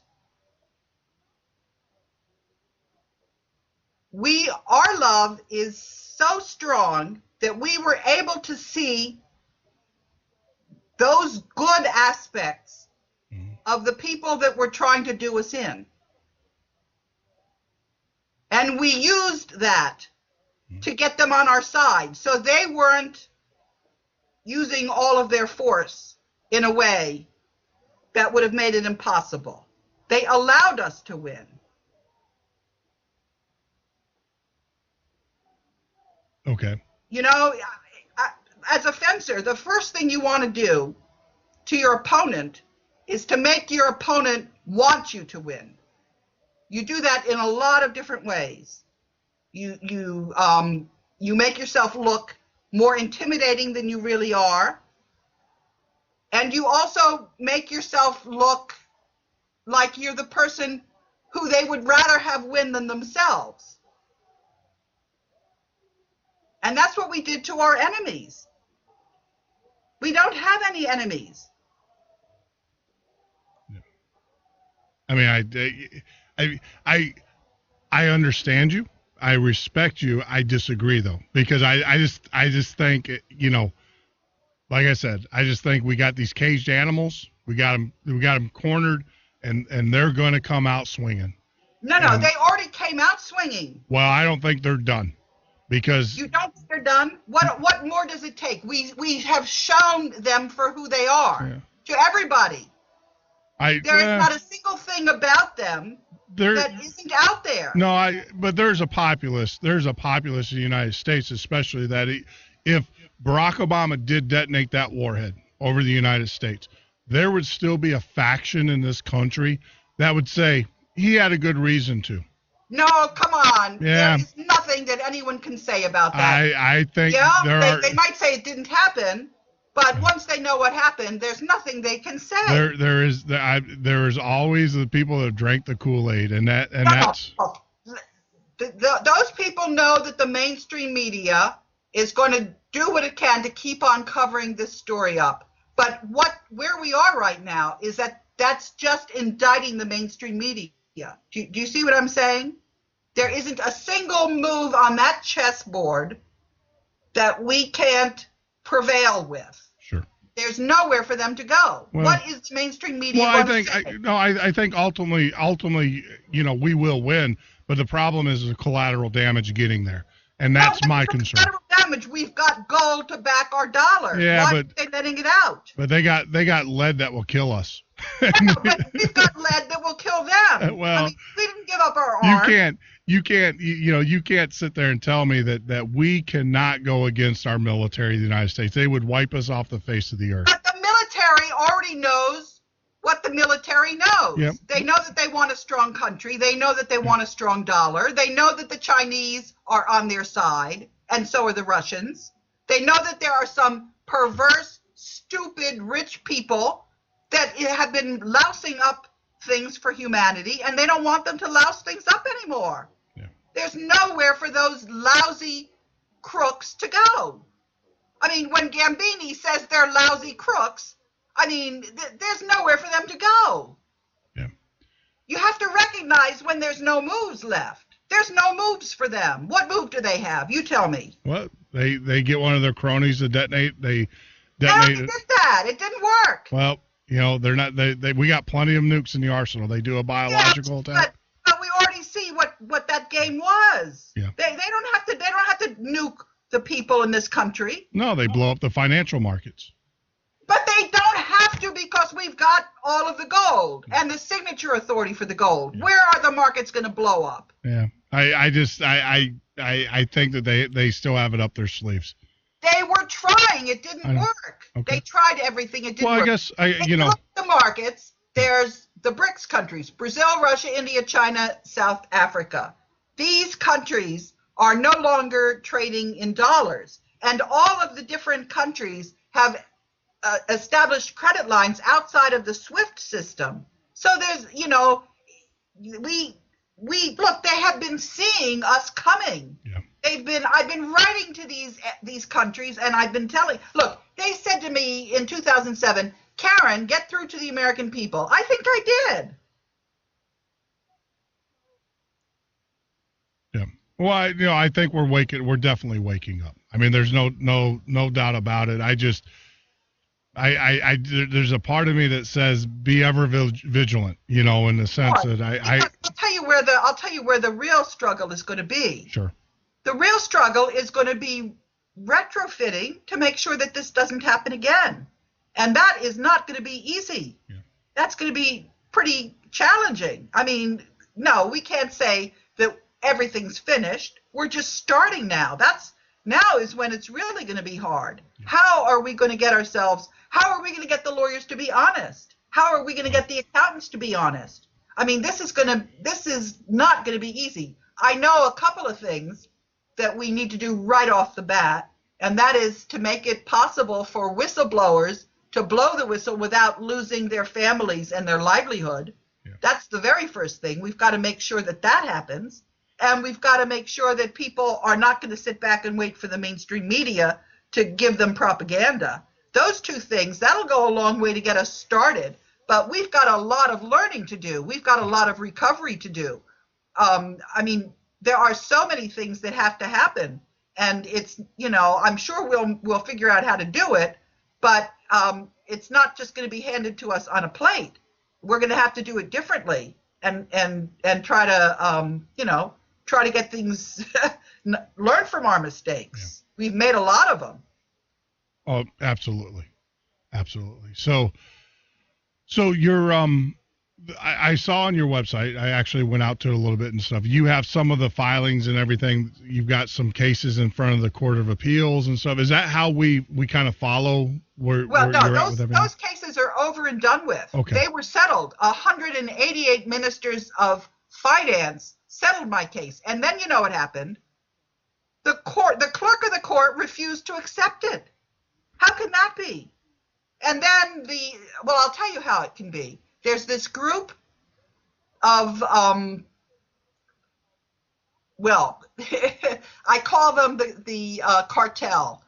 It's mostly the bankers, but they're all one bank. They take the same directors and put them on the companies, the executive boards of all the companies. And this group controls 40% of the assets of the 43,000 transnational companies, and it pulls down 60% of the earnings. There's a group called the Federal Institute of Technology. That's one of the best universities in Europe. It's in Zurich, Switzerland, and 3 mathematicians got accurate data on the markets. And that's where they found what they call the super entity, and I call the cartel. Anyway, this cartel is the one that owns all of the central banks, and they're the ones that got control of our education system and our universities and tried to dumb down everybody. And they're the ones that thought that they owned the earth and that they could just do whatever they wanted with us. And they didn't figure out that we were going to be able to put a coalition together, which we did, that would be stronger than them, which we are. We're stronger than them. Yeah. We've got strength. And we've got right. And so we've, I told you I was going to talk about the Wizard of Oz. Yeah. What the World Bank whistleblowers are is we're Toto. We have pulled back the curtain. Yes. And everybody now is looking at the wizard. That's that group that I was just telling you about. That's the wizard. And, the Black Pope and the devil and all of that garbage. Well, that's the wizard. Absolutely. And I can relate to that. I mean, that's and there's a word that I would use to describe the wizard. Well, there's a lot of words I would use to describe it. Let me tell you my word. I don't want to get dumped. Let me tell you my word. Okay. It's a good word. Okay. Putz. P-U-T-Z. Now. He's a putz. Now. And he's sitting there and he's pulling levers and he's got his mainstream media that's trying to frighten everybody. And guess what? He's a putz. Okay. I can that's a lot tamer than the words I would use to describe them. And you're absolutely correct. I mean, this, like I said, this has been an incredible eye opener for me. I've learned a lot. I'll just let you know, you've given me my homework over the holidays, because this is the first time that I've ever heard the Jesuit connection and everything. And I'm just, I think we disagree a little bit, on I still think I don't trust him. I don't trust him. You shouldn't trust him. But the fact of the matter is he's lost. He has lost. Yeah. I mean, there isn't a single thing where you can point that he's won. He's lost. I agree. I mean, but I still think like a wounded Kate back up. I still think that there's still more, and we got to keep the pressure. Like you said, we need to write Dempsey. We need to say, why aren't these patriots, why aren't they reinstated immediately? I mean, I made a comment today on a blog earlier. We need to start playing their game. The NSA director, when in her speech, or not the Rice, on 60 Minutes, she was sitting there going, well, the NSA analysts were completely wrong. They gave us wrong information, or you can't believe what they're telling you. No. Let me tell you about Rice. I have correspondence. I have been telling her about this. She is a crook, and she is to step down immediately. Well, no, this is the play. This is a play. Nobody should believe a word that woman says. But I respect, you're a lawyer. So I said, do this. If these people were negligent in their job, then terminate their employment. But the minute you terminate their employment, then they have grounds to take you to court. And when they take you to court, the truth will come out. Well, they're not. It's history. Yeah. Well, they're not going to take her to the court. I mean, they're not going to terminate the employment. But I guess my argument. Now, believe me, they're going to be busy with their own issues. Well, hold on. Well, yeah, they're going to be looking over their shoulders the rest of their life. No, they're not going to be looking over their shoulders the rest of their life. They're going to be defending themselves for their non-performance. Well, they're not going to be the people that are supposed to be defending Rice are going to be defending themselves. Well, so how are they going to be defending her? Well, you suck them into court then, and then the truth will come out. We don't have to suck any of these people into court. Well, you're not going to get. They have had malfeasance. But you're not. You're right. But how are you going to prove that unless you get them in the court of law? Okay, let's go back to the Constitution. Okay. The real Constitution that we are entitled to.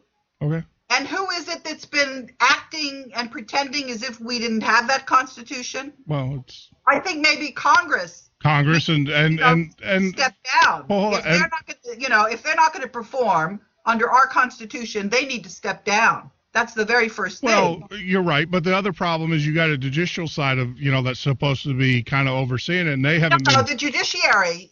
You're forgetting what they did with my case. The judiciary. And the way they've been acting, they were supposed to have real courts. They've had military courts without bothering to tell citizens that that's what they were doing. Each and every federal judge has been an imposter. They don't, those courts are not duly constituted anymore. We don't have any confidence in our federal judiciary. None. Zero. Those judges have been up there treating people as if they were presiding over a court of equity when they were really treating everybody as, property. They were treating people as property. A chattel. But I guess that's that was the argument that I was making earlier today is, look, if these individuals were negligent, just hear me out here. If these individuals were negligent, you terminate their employment like any good employer would do. I've been in business, and I've always gone by this model. It's the employees that make your life difficult that are the ones you need to get rid of. I mean, that's just plain and simple. Get rid of them. Then the other part of that is then that employee, if they feel that they've been gotten rid of because of, because she's saying they were negligent. She clearly said on national TV that her advisors and the advice that we were getting was negligent. They were negligent. Those were her words. To me, as an employee, I now have grounds I have grounds to file a complaint legally against you, defamation of character. There's a lot of things that I can say and that I can do. And my thing is why don't we go that route? And that would not be a federal case. There would not be a federal judiciary involved in that at all. And I guess my argument is, why don't we go that route? Or why don't we perceive that? Why don't we just start taking a lot of these issues and saying, you slandered us? So, Karen? Okay. But what we have in our government, because of our forefathers, is we have states, we have counties, we have a layer of government that will function as we retrofit our federal government, which is clearly, what can I say? It's been treasonous. Yeah, I understand that. That's why I'm a big proponent of state versus federal, anyways, because it's more local and you have more control over it. And I agree with you that they are corrupt. Look, I was listening to Chief Justice Ruth Bader Ginsburg. And she even said she was doing a speaking engagement, a one-on-one conversation with a solicitor and then, of course, every judge. And she even said that laws are written in such a way to be ambiguous. And she talked about all that. So I'm not a fan of the federal judiciary. I'm not a fan of it at all. But I guess my thing is, the Supreme Court, I think, is going to have to step down. Well, I think it's just going to have to slink away. Well, after its performance, after what it's done. Well, yeah, it's not been when it didn't bother to tell the American people that there were two constitutions. Well, I think it's not going to be able to justify itself. But at what point, though, and I'm a person of I take personal responsibility. Now that I know that, and I'll tell you this, I always thought I was a smart guy. And well learned in the sense, but now that I've learned that that there's two constitutions, I'm definitely going to investigate that, and I'm going to put, it's part of our job as citizenry, though, to force those issues, because I even how do you say this? The Supreme Court does not get involved in cases unless they're presented to them. They don't look at, even with the Gore debacle, with the election debacle, they even came out and said, look, it wasn't us it was Gore that brought that case to us.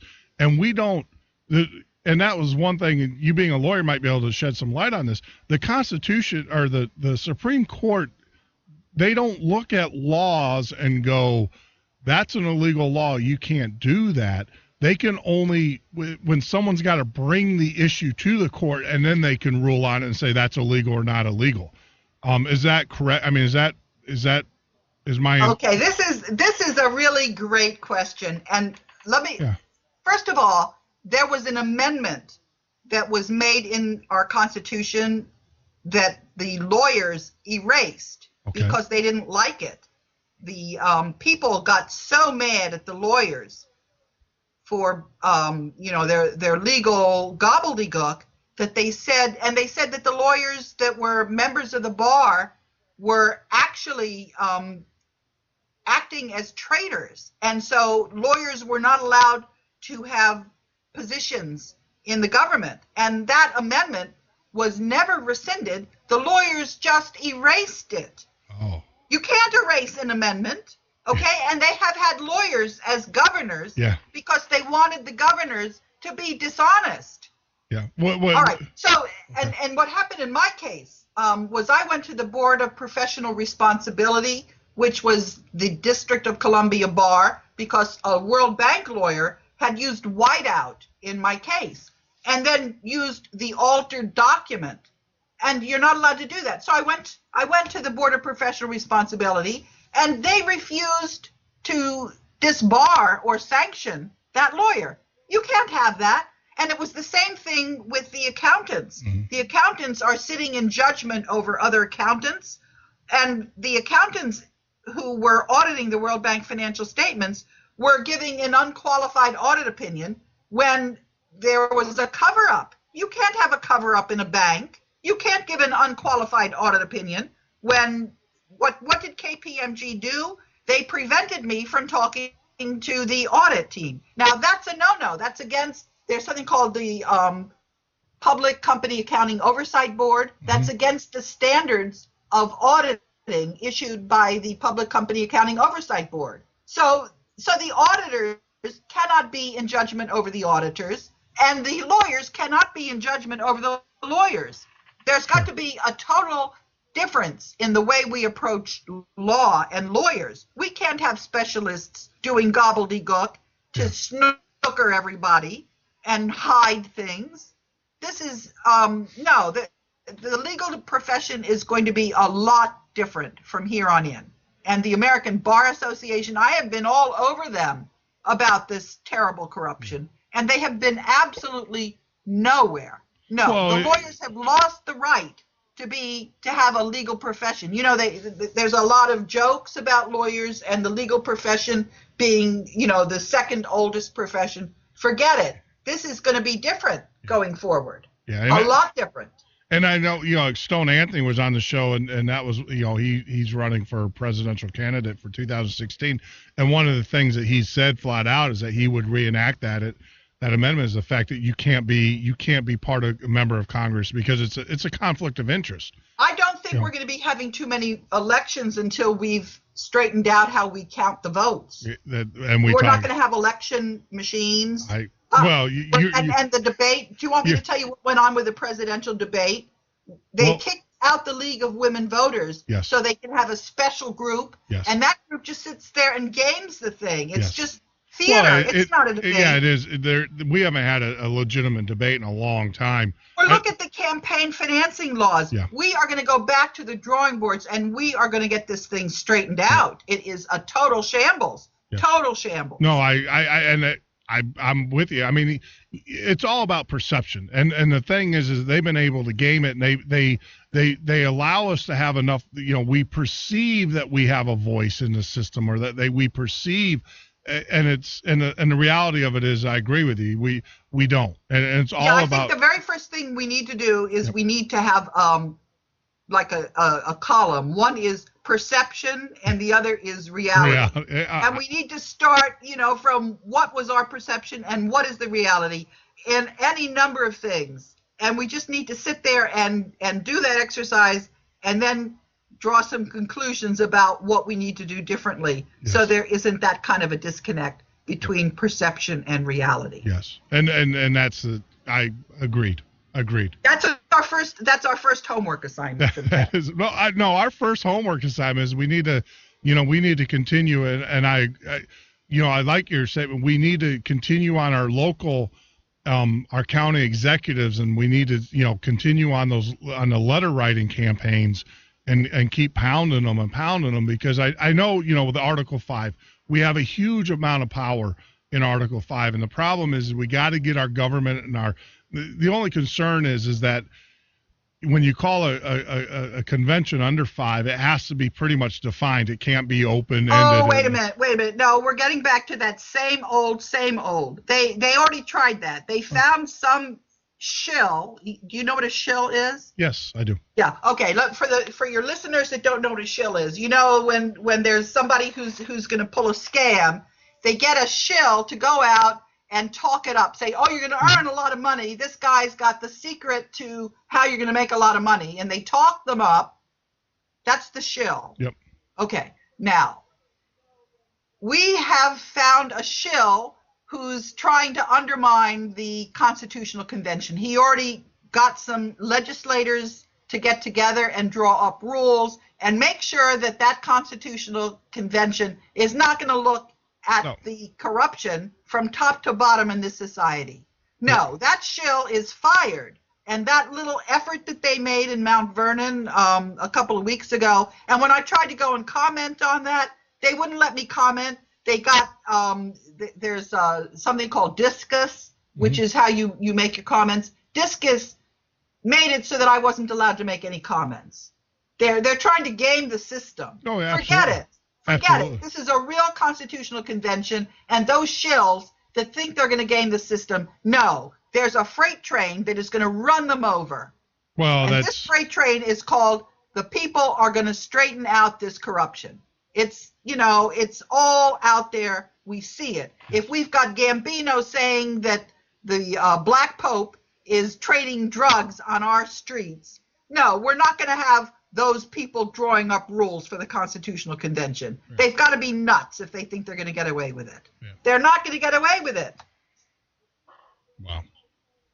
No, I'm with you. I mean, you see it. You see the Kabuki theater, especially in this. I mean, I've seen several different organizations that are out there for the for an Article 5, and the problem is like that I've seen, what I am witnessing is there are some legitimate organizations or legitimate concerns with Article 5s, and then there's other ones that are going to muddy it up, and that was my concern with an Article 5. I agree with it. I support it. I wish we would do it, but the issue, like you said, is that there are shells in there. These guys are muddying it up and trying to control it, and we just need to make sure that doesn't happen. Well, I think people are not really getting the picture, Jeff. They're acting as if somehow it's possible to keep this whole thing intact and just have business as usual. They're not recognizing what has happened. I mean, there are two analogies I like to think of. The first is think of a 2-year-old with a blanket on their head that thinks that they're invisible. Yeah. The Black Pope thinks he's invisible. He's not invisible. We see what it is he's done from top to bottom. We understand it. But this is the thing, and Karen, like I said, there's a lot of listeners, and I'm watching our chat room. This whole notion of the Black Pope, this is new concepts for a lot of us. So he is invisible to a lot of us. Now you're waking us up, and trust me, we've got some of the best researchers and stuff and everything. But I mean, we need to wake people up, because these concepts that you've been telling us tonight, or been telling me, and I'm listening to the chat room as the show's going on.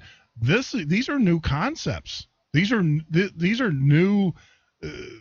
These are new players in this war. Just read what I've posted, and you'll see what it is. Absolutely. We're gonna.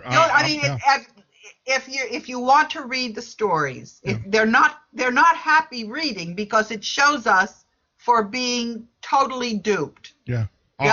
We fell for it, hook, line, and sinker. It's not a pretty picture. No, I agree. No one wants to admit that they. Yeah. I mean, but do yourself a favor and read it. I mean, don't just dismiss it out of hand, even if it's uncomfortable, because if you miss this opportunity, I don't know when the next opportunity is going to come for you to get yourself straightened out, and you need to get it. I mean, here's another analogy. Think of somebody who has a terrible thorn in, that's been making them limp. If you don't get the thorn out now, it's not going to go away. It's only going to fester. It's only going to get worse. Yes, I agreed. Agreed. You've got to do yourself a favor and read the stuff. It's all there. You can see how we've been duped from the beginning. Yeah. We thought we had a country. We thought we were independent from the United Kingdom. We weren't. The United Kingdom was in thrall to Rome, and so were we. And we're not anymore. No, we're not. We're taking that thorn out, and we're going to, draw our lessons from it. And we're going to, we're not going to be limping on. Yes. We're going to be doing much better. Absolutely. I mean, I've got 4 or 5 takeaways just from the conversation tonight. That's just, like I said, thanks. You've given me my homework over the holidays, but I mean, this is just a tremendous amount to digest, and it's incredible. It's incredible. And how do we your website again for the listeners out there, because I'm sure it's KAHUDES, but I have not loaded on my website the articles that I'm telling you about. You'll get those at Facebook #Karen Hudes. #Karen. Okay. Now, and you'll see a lot of really good stuff. Sure. And do we have your permission? Of course, if we link back to you as a source. Yes, if you can't find the stuff, go on my website. There's a contact page, and I'll just, I'll show you where the stuff is. Well, I guess the question is, do we have your permission to take your information and post it over on Patriot? Absolutely. Okay. Please, by all means. Nothing would make me happier than that. We'll definitely do that, and then it's just I'm sure. Yeah, actually, Jeff, when we get off, what I'll do is instead of having people struggle through the Facebook stuff, I will just give you the main documents for people to read. Oh, perfect. And they can get it from you directly. Okay. That's perfect. Yeah, we'll post it. Actually, one of the things that I've been threatening, we have a document management system at patriotfb.com. I just haven't turned it on because we're still testing it, and so that way we'll post it under there. And then I'll show you the history. Yes. And there's 3 documents that I posted today. I'll show you those, and you can just go and run with it. Or if you're impatient, just read what Gambini said. That's all you need to know. No, I'm going to read it all. Thanks for interesting reading. Yeah. Let me give you a nugget so that you won't be totally shocked when you find it. Queen Victoria had a twin, and he was a guy who maybe he was autistic. I don't know what he was. It was Prince Talano, and so the court sent him away. They sent him to the Philippines, and this fellow went around the world siring illegitimate children.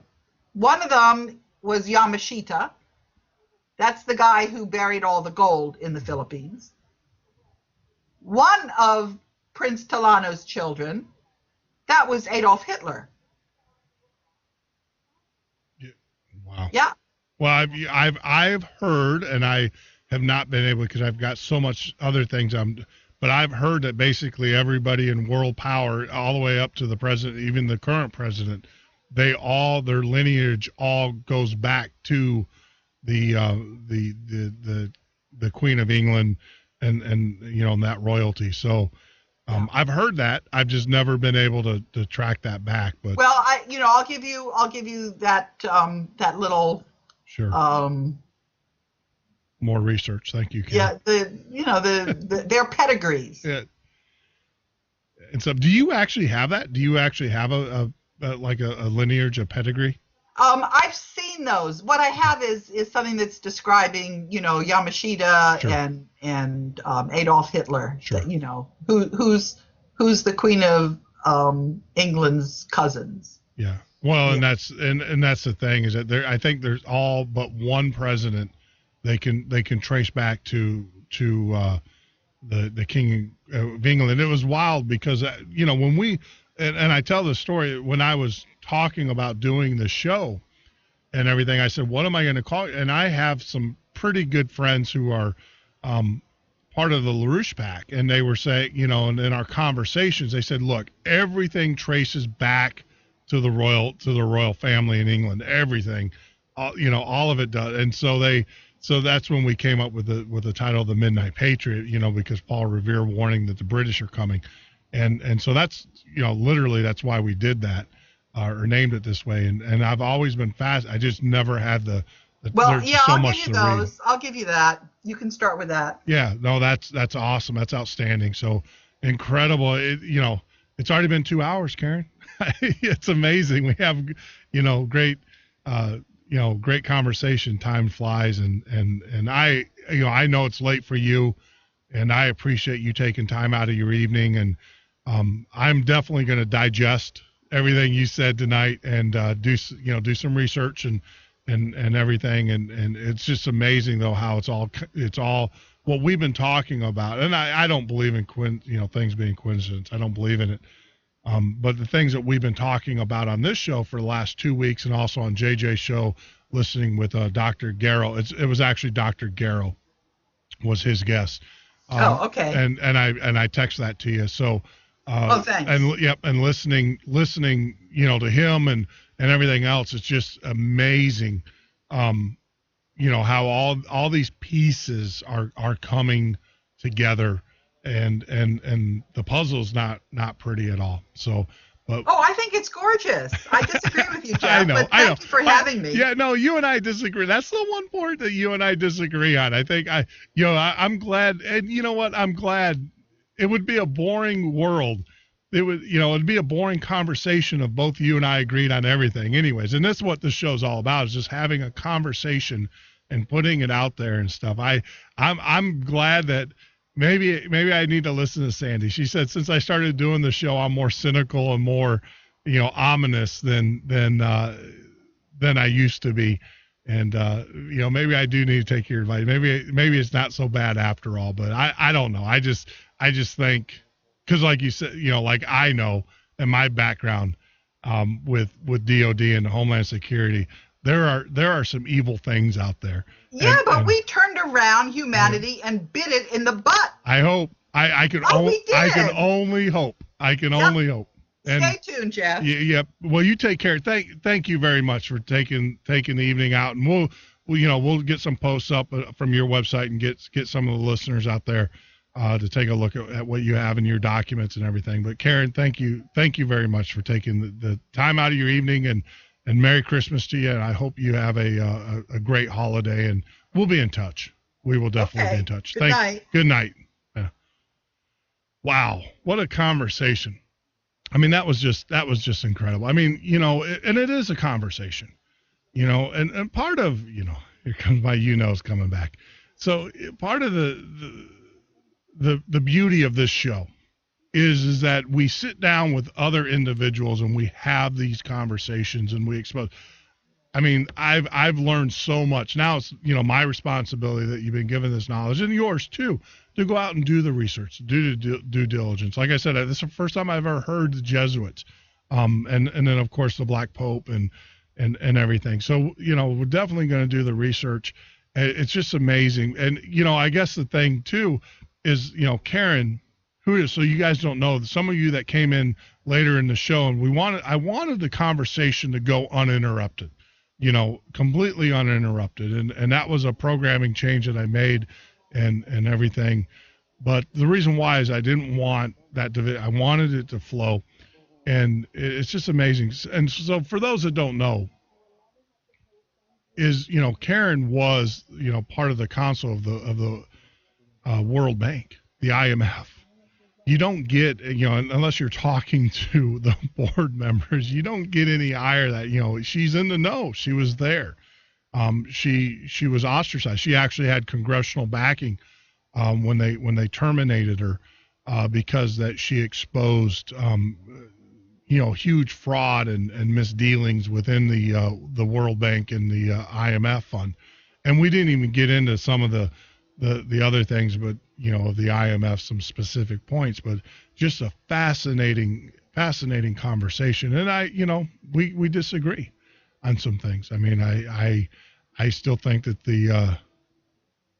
that they're still going to fight. There's a last gasp per se, but to her point, we have one. We got them up against the ropes. We've exposed them. That's why you're seeing such a movement of resources, and you're seeing the propaganda machine kick in and the disinformation kick in and everything. I mean, because we do have them up against the ropes. I don't think we're going to argue on that one. We agree on that. And it's just, I think they're still going to come out swinging. I still think that they still got an ace up the sleeve. And, in today's day and age and with technology, and we've proven we can move 3 nuclear warheads across country at a blink of an eye. And it's only a matter of time before we get a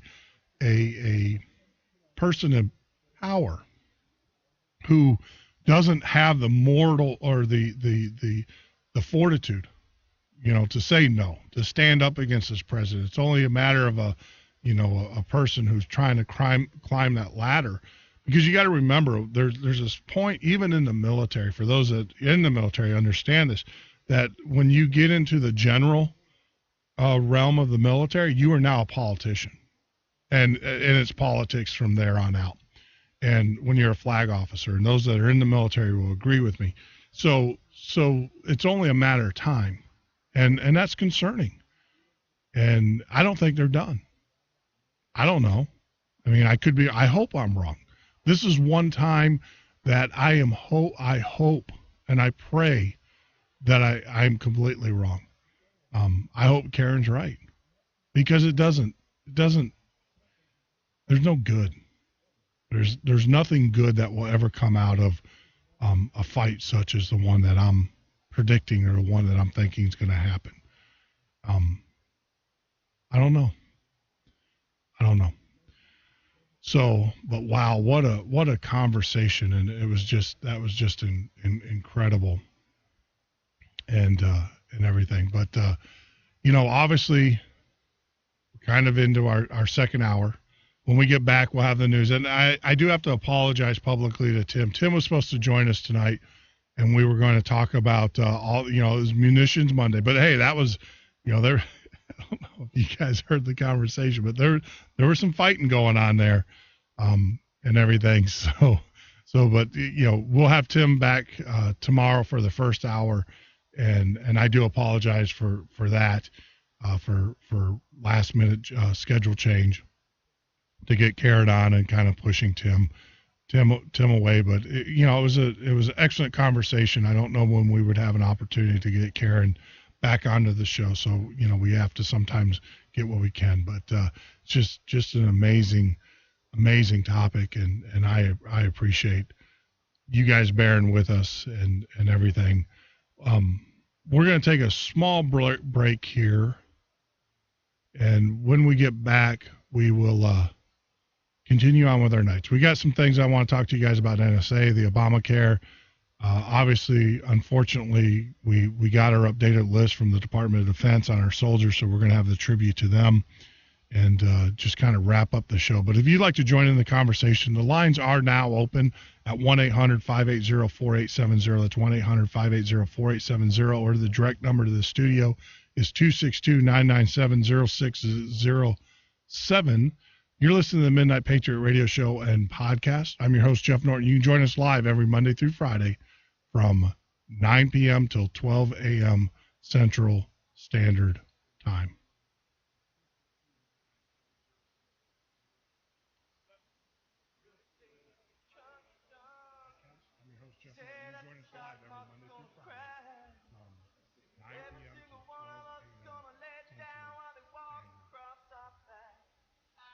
Stand up, I'm gonna put my fists in the air. No, I don't wanna have to bring my guns, but I'll be ready if it goes there. But you can lay down if you wanna, you can run away if you wanna, you can pretend that this is totally okay if you wanna, you can play it dead if you wanna, care what they say if you wanna.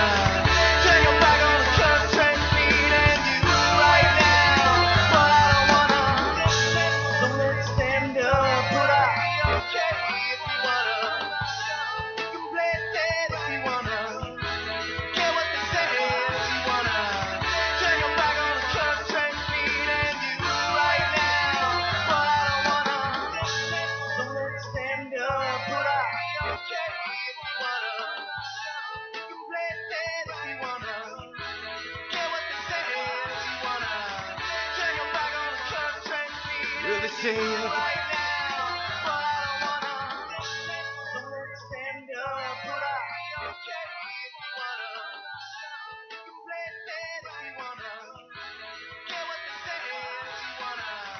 Turn your back on the country and really say it right now, but I don't wanna. So let's stand up, put up, okay if you wanna. You can play it dead if you wanna.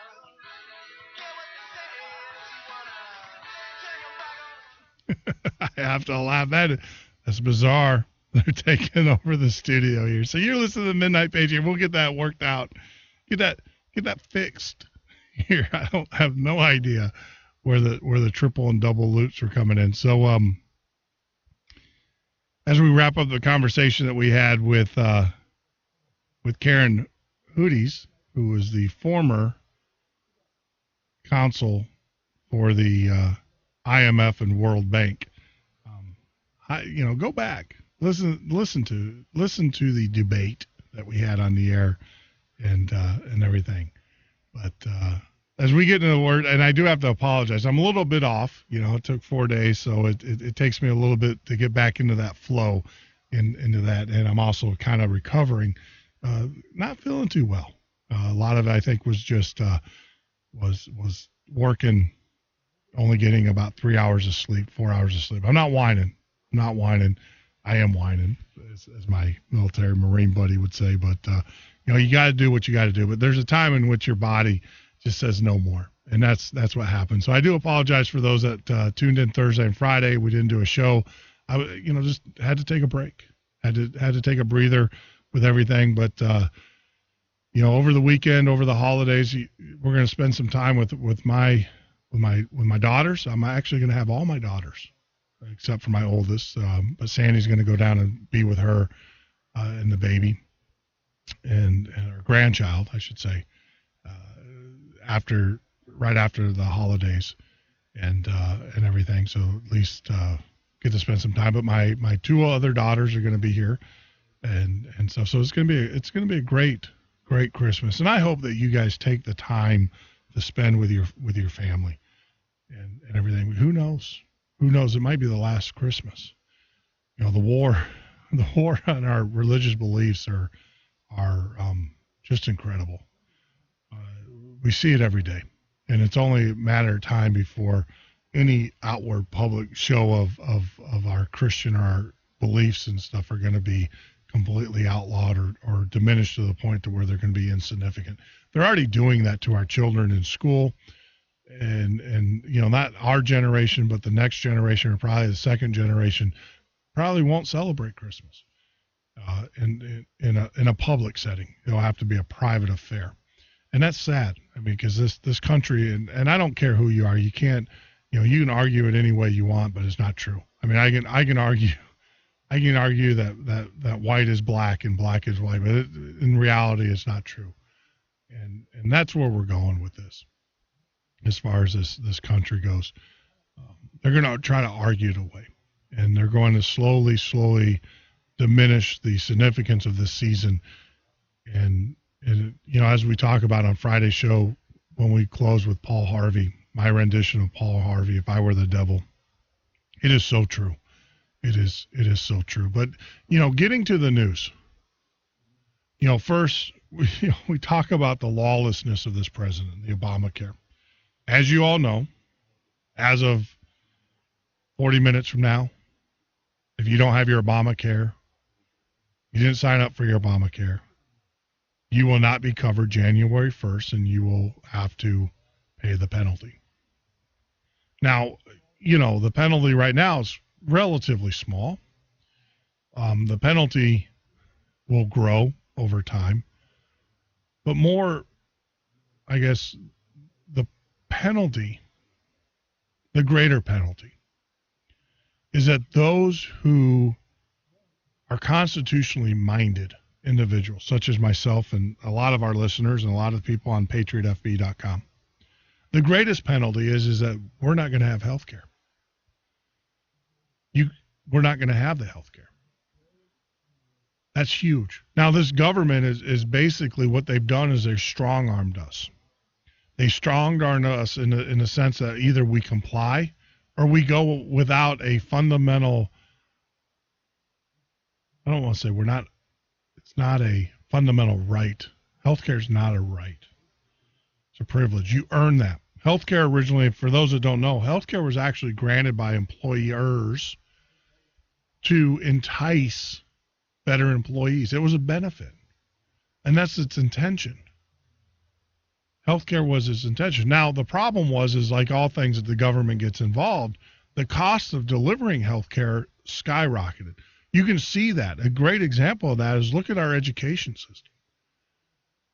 When you have an endless supply of money, supply and demand just dictates that, the price of a good's going to go up. And that's what's happened. Basic economics will tell you that. If I can get $5 for a product that was $1 a week ago, why would I still post it for $1? I'd sell it for $5, right? Well, the greed. Now, some people, and I've said this, when we start doing what's morally right versus what's legally right, we'd be a better nation, a better country. And that's what's happened with healthcare. The cost of healthcare has gone through the roof, and it is so, and they're going to try to tell you that's because of the lawsuits. It's because of the legal system. They're going to tell you that. But the reality of it is the reason why the cost of healthcare in the United States has gone so much is because of the subsidy, the government, the amount of money that the government pumps into healthcare through Medicare and Medicaid services. Now, they jacked it up to the point. Now they're reaping what they sowed, and they don't like it. But they created the problem. Same with education. Like I said, when college students and families used to pay for the education, for their children's education, it was tremendously less. I remember Middle Tennessee State University, when I went to college, my tuition was $2,500 a year. A year. So I can get out of college with everything for under $10,000. You can't even get through a semester. That's just the classes. Then you add everything else. And the reason being is because of all the free money. And it's free money. All of these government loans and programs and everything. So naturally, university, they only have so many seats, right, in the university. They can only fit so many students in a classroom. So what they do is they, go get a loan. We're going to enslave you because you are basically, for those that have been out of college and paid or had student loans, you're basically a slave to pay that back. Because if you don't pay it back, they're going to come and get it from you. And there are some people, that are so far in debt that it would take 20, 30 years before they can actually pay it back. Especially with the job economy, you spend $120,000, $130,000 to get an education, and you can only get a $30,000 job, $30,000 a year job. So you got to get 2 or 3. That's slavery. Economic slavery is the same slavery as putting a chain on your ankle. It's slavery. You are not seeing the full benefit of your life, which God intended.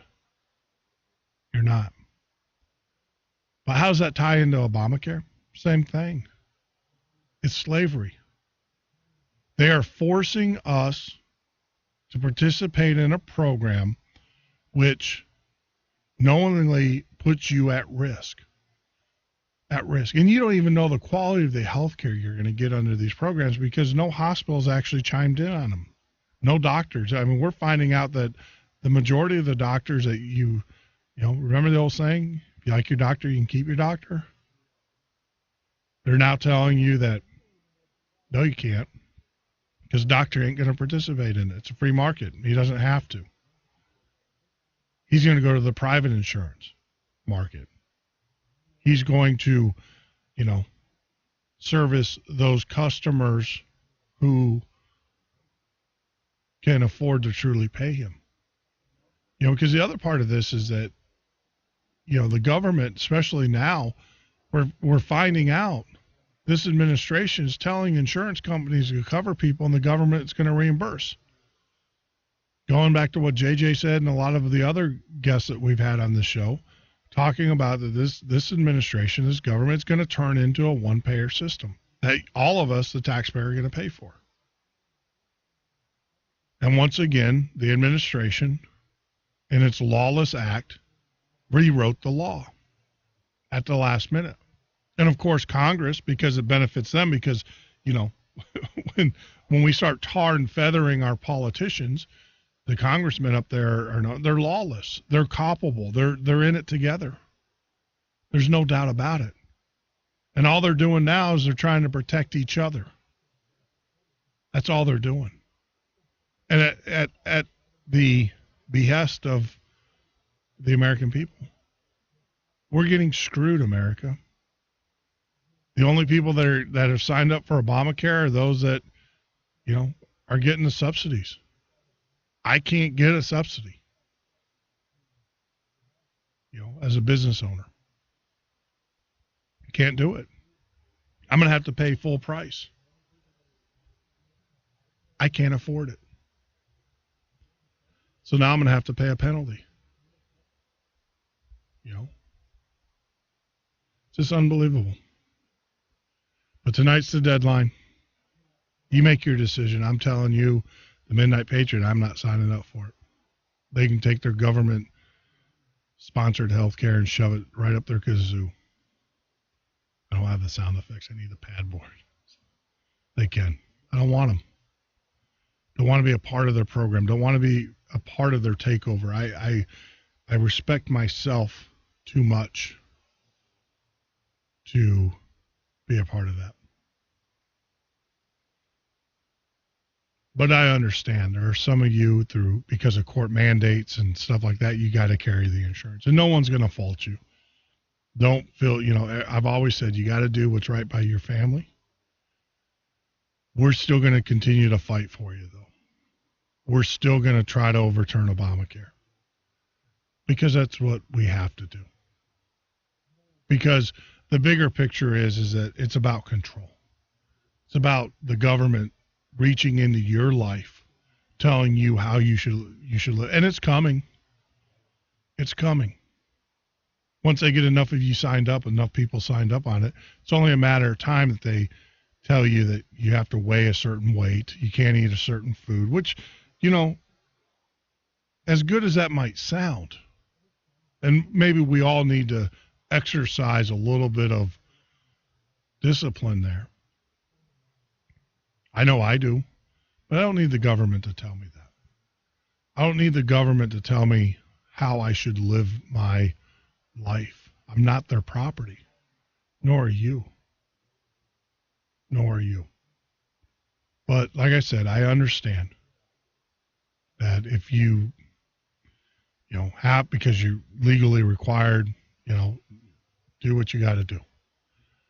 Take care of your family. We'll still fight for you. And you're still welcome to sit at our table to have this discussion. No one's going to begrudge you for it. No one's going to, look bad upon you. But tonight is the deadline. Is the deadline. Now, hopefully we have the audio tracks worked out. But it's I now I know where the double loop's coming. I have to. There we go. It's been a while, so you can't take a vacation from this stuff. You kind of lose your feel. I'm a little wore out. My voice is starting to go on me, but we'll continue on as much as we can. We'll take a break here in the next 2 minutes. We'll get back at it at the top of at the bottom of the hour, and we'll kind of finish up. But if you want to join in the conversation, give us a call, 1-800-580-4870. That's 1-800-580-4870. Our Skype line, we are rebooting our Skype search. Karen blew it up. She blew up our Skype. No, it does this every once in a while. One of the things I've asked for Christmas is I want to get about 3 more computers in here. And I asked for it. They don't have to be anything exuberant or crazy or anything. I just need 3 more computers with monitors in the studio so we can separate some of these processes. And I've been working with JJ McCarty, and I'll tell you, man, PatriotFB.com's website, we have some of the best shows out there. You got AVN with Mike in the morning at 8 in the morning. Caught his show, just incredible. I'm actually feel like the oddball here. Because you got Mike's show in the morning at 8 a.m. Central Time. You got JJ's at 2. Tomorrow you're going to have Cowboy Logic starting at 8, which is going to be a great show with Don and Donna. And then, of course, you got me, the Midnight Patriot. We are getting some feeds from shows over the weekends. We're going to be posting those up and getting a schedule. I am working on a program schedule. We do have good news. We did get our ASCAP BMI license. So we will be playing, when we're not playing shows, we will be playing 24/7. That's the first of the year. Those licenses go in effect they're annual licenses. And so I figured first of the year was close enough, so we're going to start those up the first of the year. So you'll be able to hear music. And the music that we're going to play is patriotic Americana music. And so that's going to be exciting for us, but that's going to be 24/7. And then, of course, we'll have the shows that we're going to interject throughout the day as we add more shows. If you know of a podcaster, if you listen to a podcast or an actual radio show that you'd like to have on patriotfb.com, reach out to me. Shoot me an email, jeff@themidnightpatriot.com. That's jeff@themidnightpatriot.com. And I would, love to get them on here. It's all about getting the message. I'm not one to be selfish. We need to, this message is greater than myself or any of the other broadcasters. We need to continue getting the message out there 24/7, 365 days a year. I mean, that's what we need to do. But if you, like I said, if you're going to take a small break, I need to take a break, get some water in me and everything. But when we get back from the break, we'll do our tribute to the fallen. We'll talk a little bit about the NSA, take some calls, either on Skype or at the phone. The phone number is 1-800-580-4870. You can join us on the web at www.themidnightpatriot.com and also at patriotfb.com. You're listening to the Midnight Patriot radio show and podcast. I'm your host, Jeff Norton. I'm Eric Kipple, 10-year veteran of the NFL. I'm Captain Mark McNeil, 16-year veteran of the Army National Guard. Whether on the playing field or the battlefield, you must be both physically and mentally fit. If you're injured, you owe it to yourself and your teammates to get back to peak performance. It doesn't matter if you've got a broken bone, depression, a traumatic brain injury, PTSD, or another psychological wound. Getting help shows strength, not weakness. To find out more, go to realwarriors.net or call 8. Out of control spending. A government that no longer works for the people. Had enough? Then vote for Stone Anthony for president. Replace politicians with a citizen statesman. www.stoneanthony2016.com. America, welcome home the brave. The brave men and women who serve their country are coming home. Home to their cities and towns. Home to their mountains and valleys. Home to their families and friends. Home to America. Some of these warriors are coming home with wounds you can see, and some with wounds you can't see, like post-traumatic stress disorder. Wounded Warrior Project was created to provide the support these wounded veterans need to ensure their return to America is well-adjusted and successful. But we need your help to ensure that our mission is a success. Help us honor and empower these wounded warriors. Contact us at findwwp.org. America, welcome home the brave. Well, they say that the country's done. They say that the stock market's gonna crash. They say that every single one of us is gonna let down while they walk across our back. But I'ma stand up. I'm gonna put my fists in the air. No, I don't wanna have to bring my guns, but I'll be ready if it goes there. But you can let down if you wanna. You can run away if you wanna. You can pretend that this is totally okay if you wanna. You can play dead if you wanna. Get what they said if you wanna. Turn your back on the country and you right now, but I don't wanna. So let's stand up, put our fists in the air. No, we don't wanna have to bring our guns, but we'll be ready if it goes there. 'Cause we're the epitome of what's left of the USA. We're hardworking, honest, and we make our money the good old-fashioned way. But you can lay down if you wanna. You can run away if you wanna. You can pretend that this is totally okay if you wanna. You can play dead if you wanna. Forget what they said if you wanna. Turn your back on the country and you right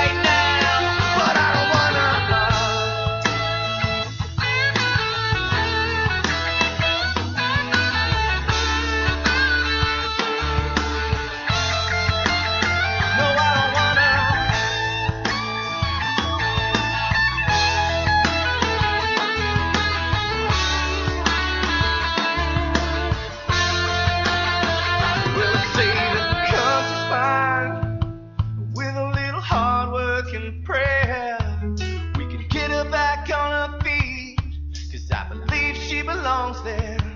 So let's stand her up and brush off the dirt and dust.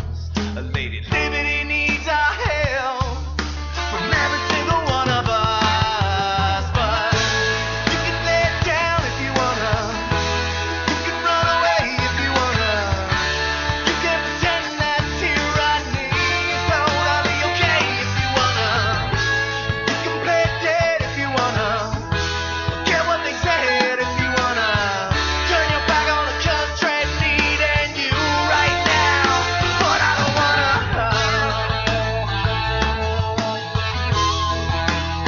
no, I don't wanna,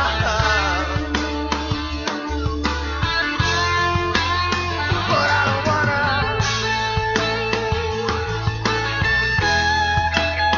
no, I don't wanna.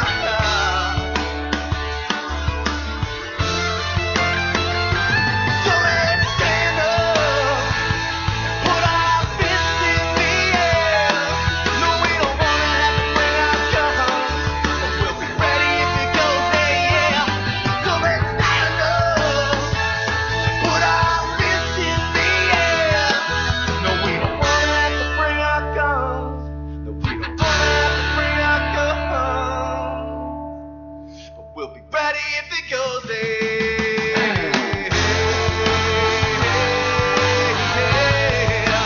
Ready if it goes there. Ready if it goes there.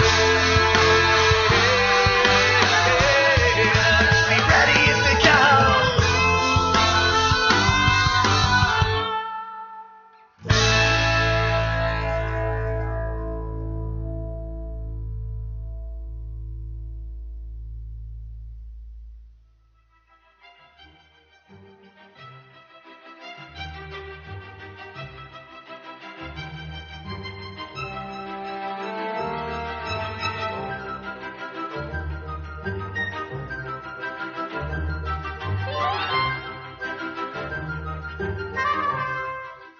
You're listening to the Midnight Patriot Radio Show and Podcast. I'm your host, Jeff Norton. You can join us live every Monday through Friday from 9 p.m. till 12 a.m. Central Standard Time, or on the web 24/7, 365 days of the year at www.themidnightpatriot.com, and our sister site, which we're actually been hanging out at quite a bit, which is patriotfb.com, Patriot FB. If you haven't signed up for a Patriot FB account, I ask that you do so.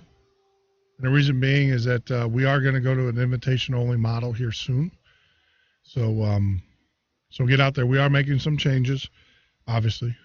You know, we've had the site up for about a month now, worked out some of the kinks, added some of the features and everything. So, you know, get your friends, invite them out there. Make sure that you follow the instructions there on the front page, though. We are working with our hosting company and our security people to get some of the login issues, but you have to follow those steps. Now, after you do that, you should be good to go. It was those that were caching the pages and everything like that. But wow, what a wild night. What a wild year it's been. It's just been crazy. But you know, I hope you have plans. I hope you guys are driving or you got family members. You're going to be with your family over the holidays. And you know, we'll do a little bit more. We'll talk about that tomorrow. Now, on a programming note, we did shift. Tim is going to be on the first hour, and then we're going to have Stone Anthony on the second, obviously, to round up the evening and carry us into the holidays.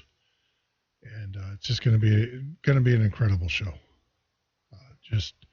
I'm sure Stone's got some things lined up for the holidays and some conversations and everything. But one of the things that I was hoping that we would not have to do during the season was honor the fallen. And unfortunately, we got the DOD list today of those soldiers. And, you know, so we'll go ahead and do that now. And it's with a heavy heart, especially over the holidays, that we have to do this. And because there's going to be a family who's not going to have a husband, a a brother, a son, sitting at the table. And so this is going to be difficult, but we got it. We got to soldier on. That's what they would want, and that's what we'll do. And, you know, I ask, especially during this time of the year, you know, we can't forget about those soldiers who have come back and still show the scars of war. We can't forget about the 22 soldiers a day in this country that are committing suicide. The war, they might have come home, but the war is not over for them. And we need to make it our fight. We need to make it our duty as citizens to let these men and women know that no matter how hard or how rough it may be for them, that we're there for them. We also need to put pressure on our administration, our governments and stuff to get them the services and the resources that they need. It is shameful. It is shameful.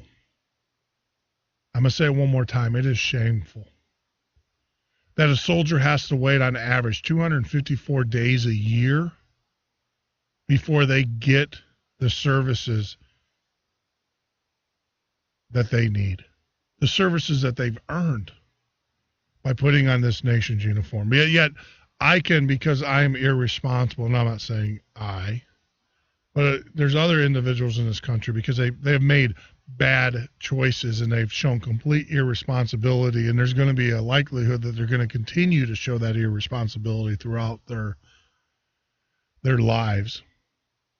Can walk into an office and get free health care and get free housing and get free food in 30 days. That is shameful, America. We need to call our legislatures. We need to, push our governments, our VAs, our, military affairs. We need to push those. That's wrong. It needs to stop. It is shameful. But with that, let's honor the fallen.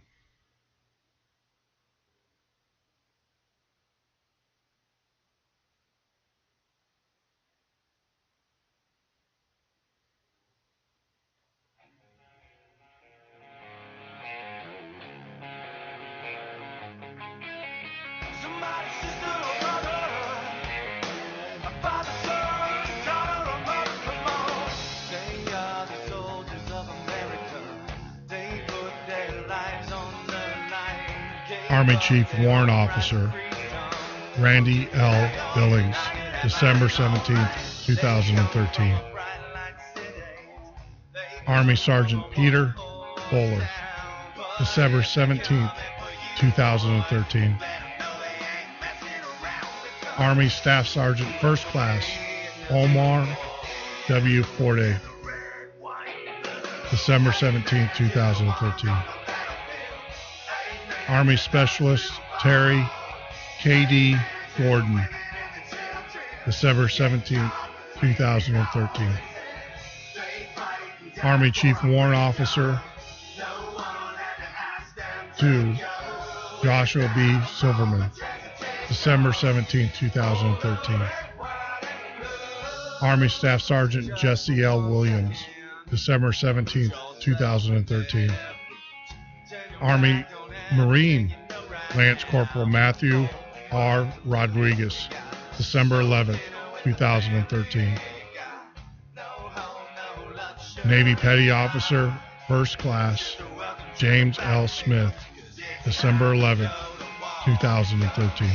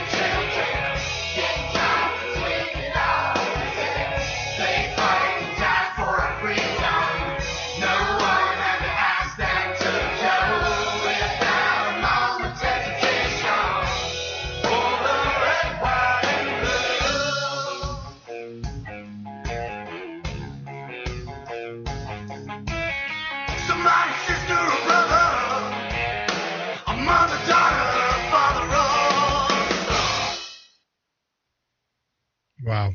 It never gets easy. Never gets easy. So hearts and prayers go out to those families. You'll always be in our prayers here at the Midnight Patriot. And also, I know the listeners. I hear feedback from the listeners all the time. And that's probably one of the favorite, least, I would say favorite, but least favorite. You understand what I'm saying? Parts of our show. It's not something that we enjoy doing, but we need to make it our effort to remember those. And also remember those, we get a list from the Department of Defense that we use. But if you have a family member it doesn't matter which war, what conflict, if you have a service member or a family member who have lost their life and you want to have them included in our Remember the Fallen segment, shoot me an email, jeff@themidnightpatriot.com. Go to the comments section and you can do that, or you can actually shoot me a text at patriotfb.com. We'll get their name on the air and get them in the system, so that we remember those. But going back to right before we took a break and we're talking about the NSA. I don't know if you guys watched the episode this week. I watched somewhat, but you've got an administration now who we know they're liars. We know they're liars. And basically they're like, what's it to you? I mean, that's really what they're doing. Especially with Benghazi. The 60-minute interview that was played this weekend with Rice, basically she said that she ain't got time to deal with these issues anymore. It's not that they're even going to lie about them anymore. They're just going to wish them away. That's their game plan. Because they realize that, as long as your NFL team is winning, as long as your favorite sitcom is on, as long as your holiday show is on TV, you're gonna go to sleep. You're gonna forget the conversation. And for the most part, they're right. They are correct. They are correct. Because and I've become a firm believer in this. I actually believe that Facebook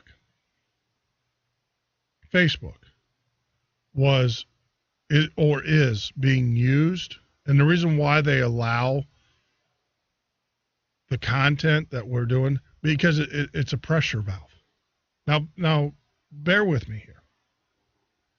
It's a pressure valve in the sense that you can post your patriotic picture up there, whatever you want to post, and you feel good. Oh yeah, I got him. I stuck it to him.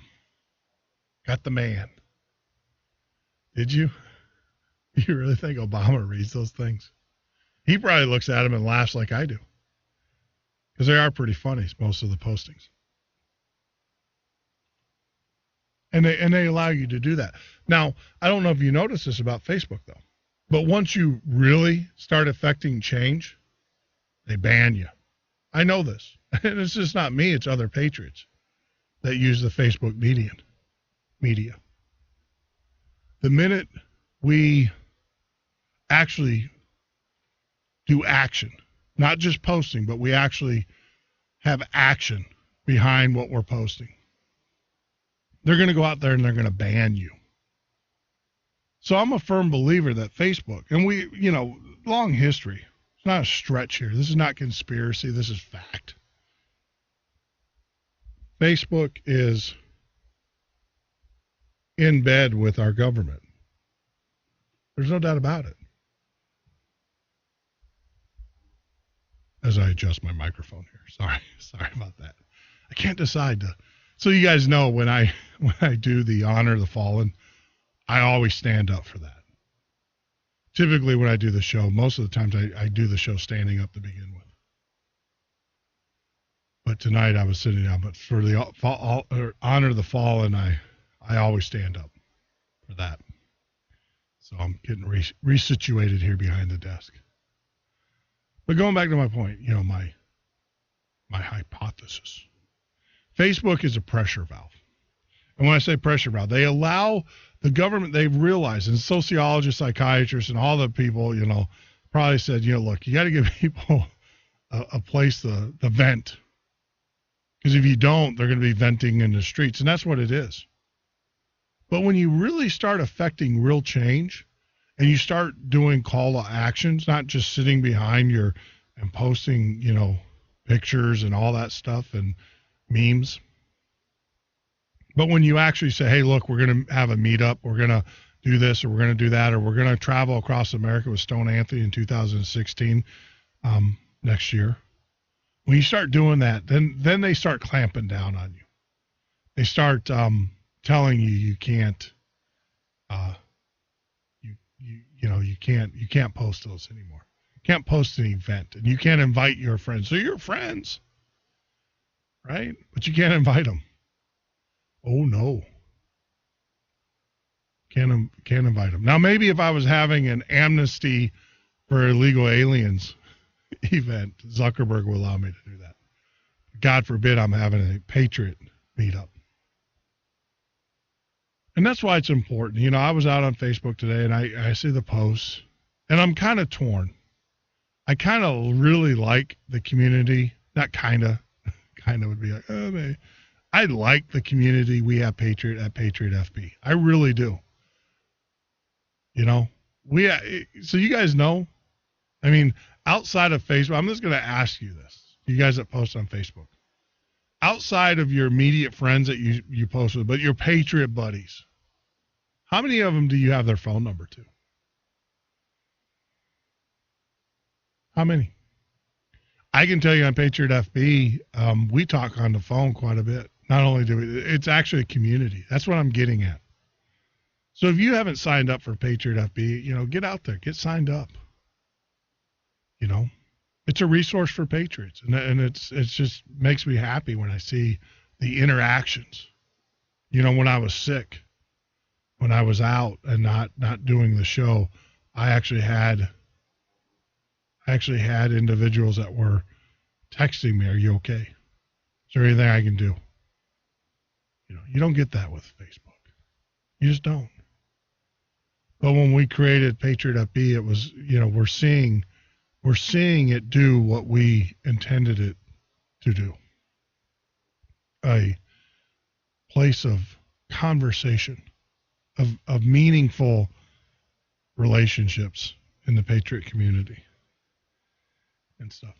It's just amazing, and it makes me proud. But getting back to Rice, they're not even covering up anymore. They're just saying, yeah, whatever, get over it.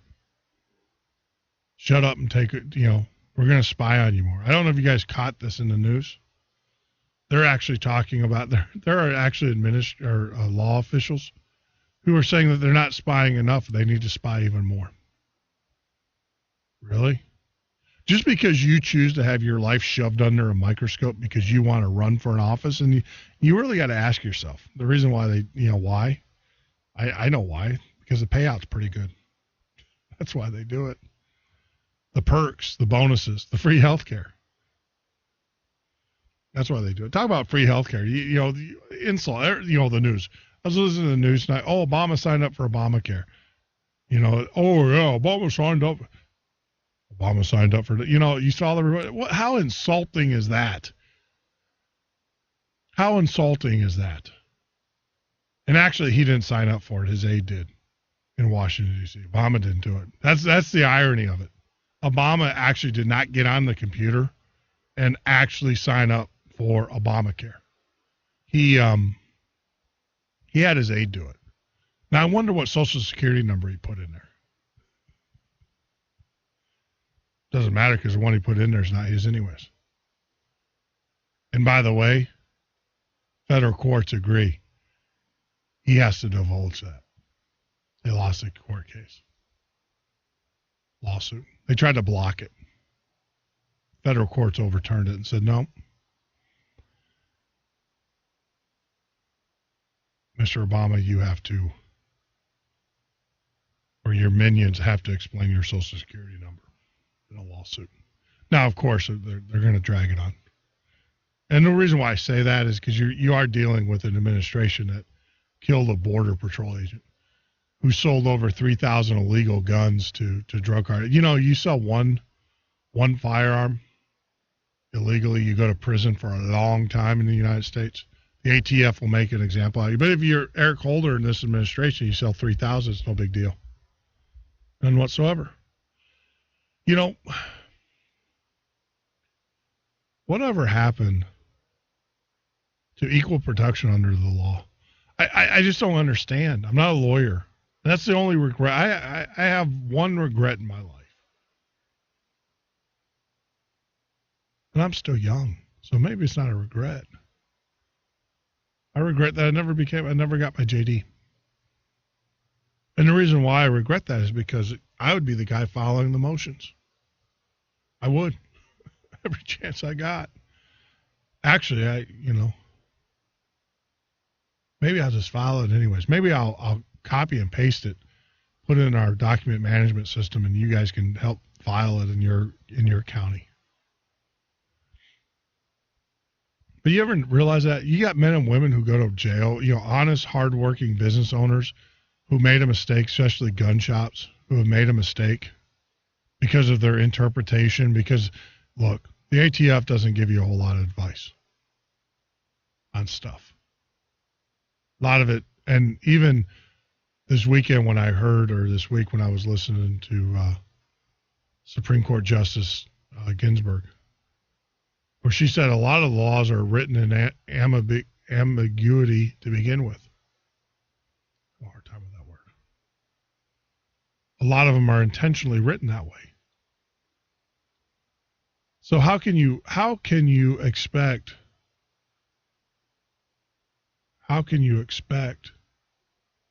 you and I to understand them, or the general layman? I know of individuals who have been put in prison because they honestly, not a mistake of, I made this, the fact that it misinterpreted the law, or the law was vague and stuff. But yet, regardless of what their reasoning was, you have an administration who, the law is really clear. The law says that you have to, follow laws when you transfer firearms. That's the law. That's what Congress wrote. That was what was enacted. But because the ATF is all powerful, that's the part that I don't understand why America's not up in arms. The government, because they're the government, can just do whatever they want to do. So does that mean that they can just come into your house and drag you out? Does that mean that they can just shoot you, or shoot your dog, or shoot your wife? Does that mean that the government can then take your car? Does that mean that the government can go to your place of business and take your files? Does that mean that the government can hack into your computers, listen to your phone calls? Obviously it does. Obviously it does, because that's what this government does. This government does that, and they can wish it away and say, they're PR machines, and say, oh no, we don't do that. But you and I know they do that. They bash people's heads in the concrete. 70-year-old women. And I know a lot of you say, well, the officers do that. Well, the officers do it, but the government doesn't prosecute. They don't prosecute. But this administration, like I said, they're lawless. And now you got an NSA who's like, I'm not even going to answer the question. Actually, she came out and she said that the individuals that gave out the interviews were wrong. They misled the American people. And I told you, they set that one guy up on Benghazi. They set him up with the help of the news media so they can discredit everybody else. That was the game plan. See, these are evil, smart people. They really are. And I'm not talking about the ones you see on TV. I'm talking about their puppet masters, the ones behind the scenes, the ones that are in power for 40 years. Their families have been in power for hundreds of years. That's who I'm talking about. I'm not talking about these pliable politicians that you see on TV. these appointed officials. I'm not talking about those. But now it's got to the point now where they just, take your medicine, shut up. More ways than one. That interview this weekend, we need to press the issue. See, the thing is what we need to do, and this administration is aware of this is what's coming. That's why they passed a law that you can't protest wherever there's Secret Service, because they know it's coming. They know that us citizen journalists, us citizens, are going to start pushing the issue. We're going to start asking for the hard questions, and we need to infiltrate their meetings. We do. We really do. We need to go to their meetings. We need to go to their events, and we need to ask them the hard questions. We need to disrupt every time we get a chance. We need to take action. And you're not going to take that on Facebook. That's their way of placating you. That's what Facebook is for in that regard. You need to join Patriot FB and have a real voice. And then the thing is that you need to, part of your job at Patriot FB is to get other people to act. Like we talked about tonight on tonight's show. Karen and I differed on a lot of things, but we also had a commonality. And the commonality is that you got to take action. That means write letters. That means call your politicians. That means hold the generals' feet to the fire. That means, continually be in their face. Continually be in their face. Go to town hall meetings, ask the questions. Go to your local common council meetings, ask the questions. Demand answers. That's what we need to do. We need to take a more active role in our government. We have to. We only get one chance at this, America. That's the true nature of the Patriot FB. To get people involved. I mean, posting the memes and all that, that's great stuff. That's fun. I chuckle. I have a great time with it. But we need to take it even further. We need to get people involved. Meetings. We need to, in our forum section, if you know of a meeting, you need to be posting it in there as well. We have it broken down by state. But as we slip into the night, I just want to say, what a show. I appreciate everybody's participation. It was a ride. It was a ride. I had to hold on with both hands. But I thoroughly enjoyed it. And I got to tell you guys out there, I don't have all the answers. That's why I bring on guests. That's why I have you, my listeners, join us. Because it was a seed of knowledge that was planted that woke me up. And that's what we need. We need more seed. We need more farmers of the truth, patriots. But you're listening to the Midnight Patriot Radio Show and Podcast. I'm your host, Jeff Norton. You can join us on the web at www.themidnightpatriot.com or at Patriot FB. That's patriotfb.com. May God bless you. May God keep you. And let me be the first one to tell you it's officially New Year's Eve. Good night.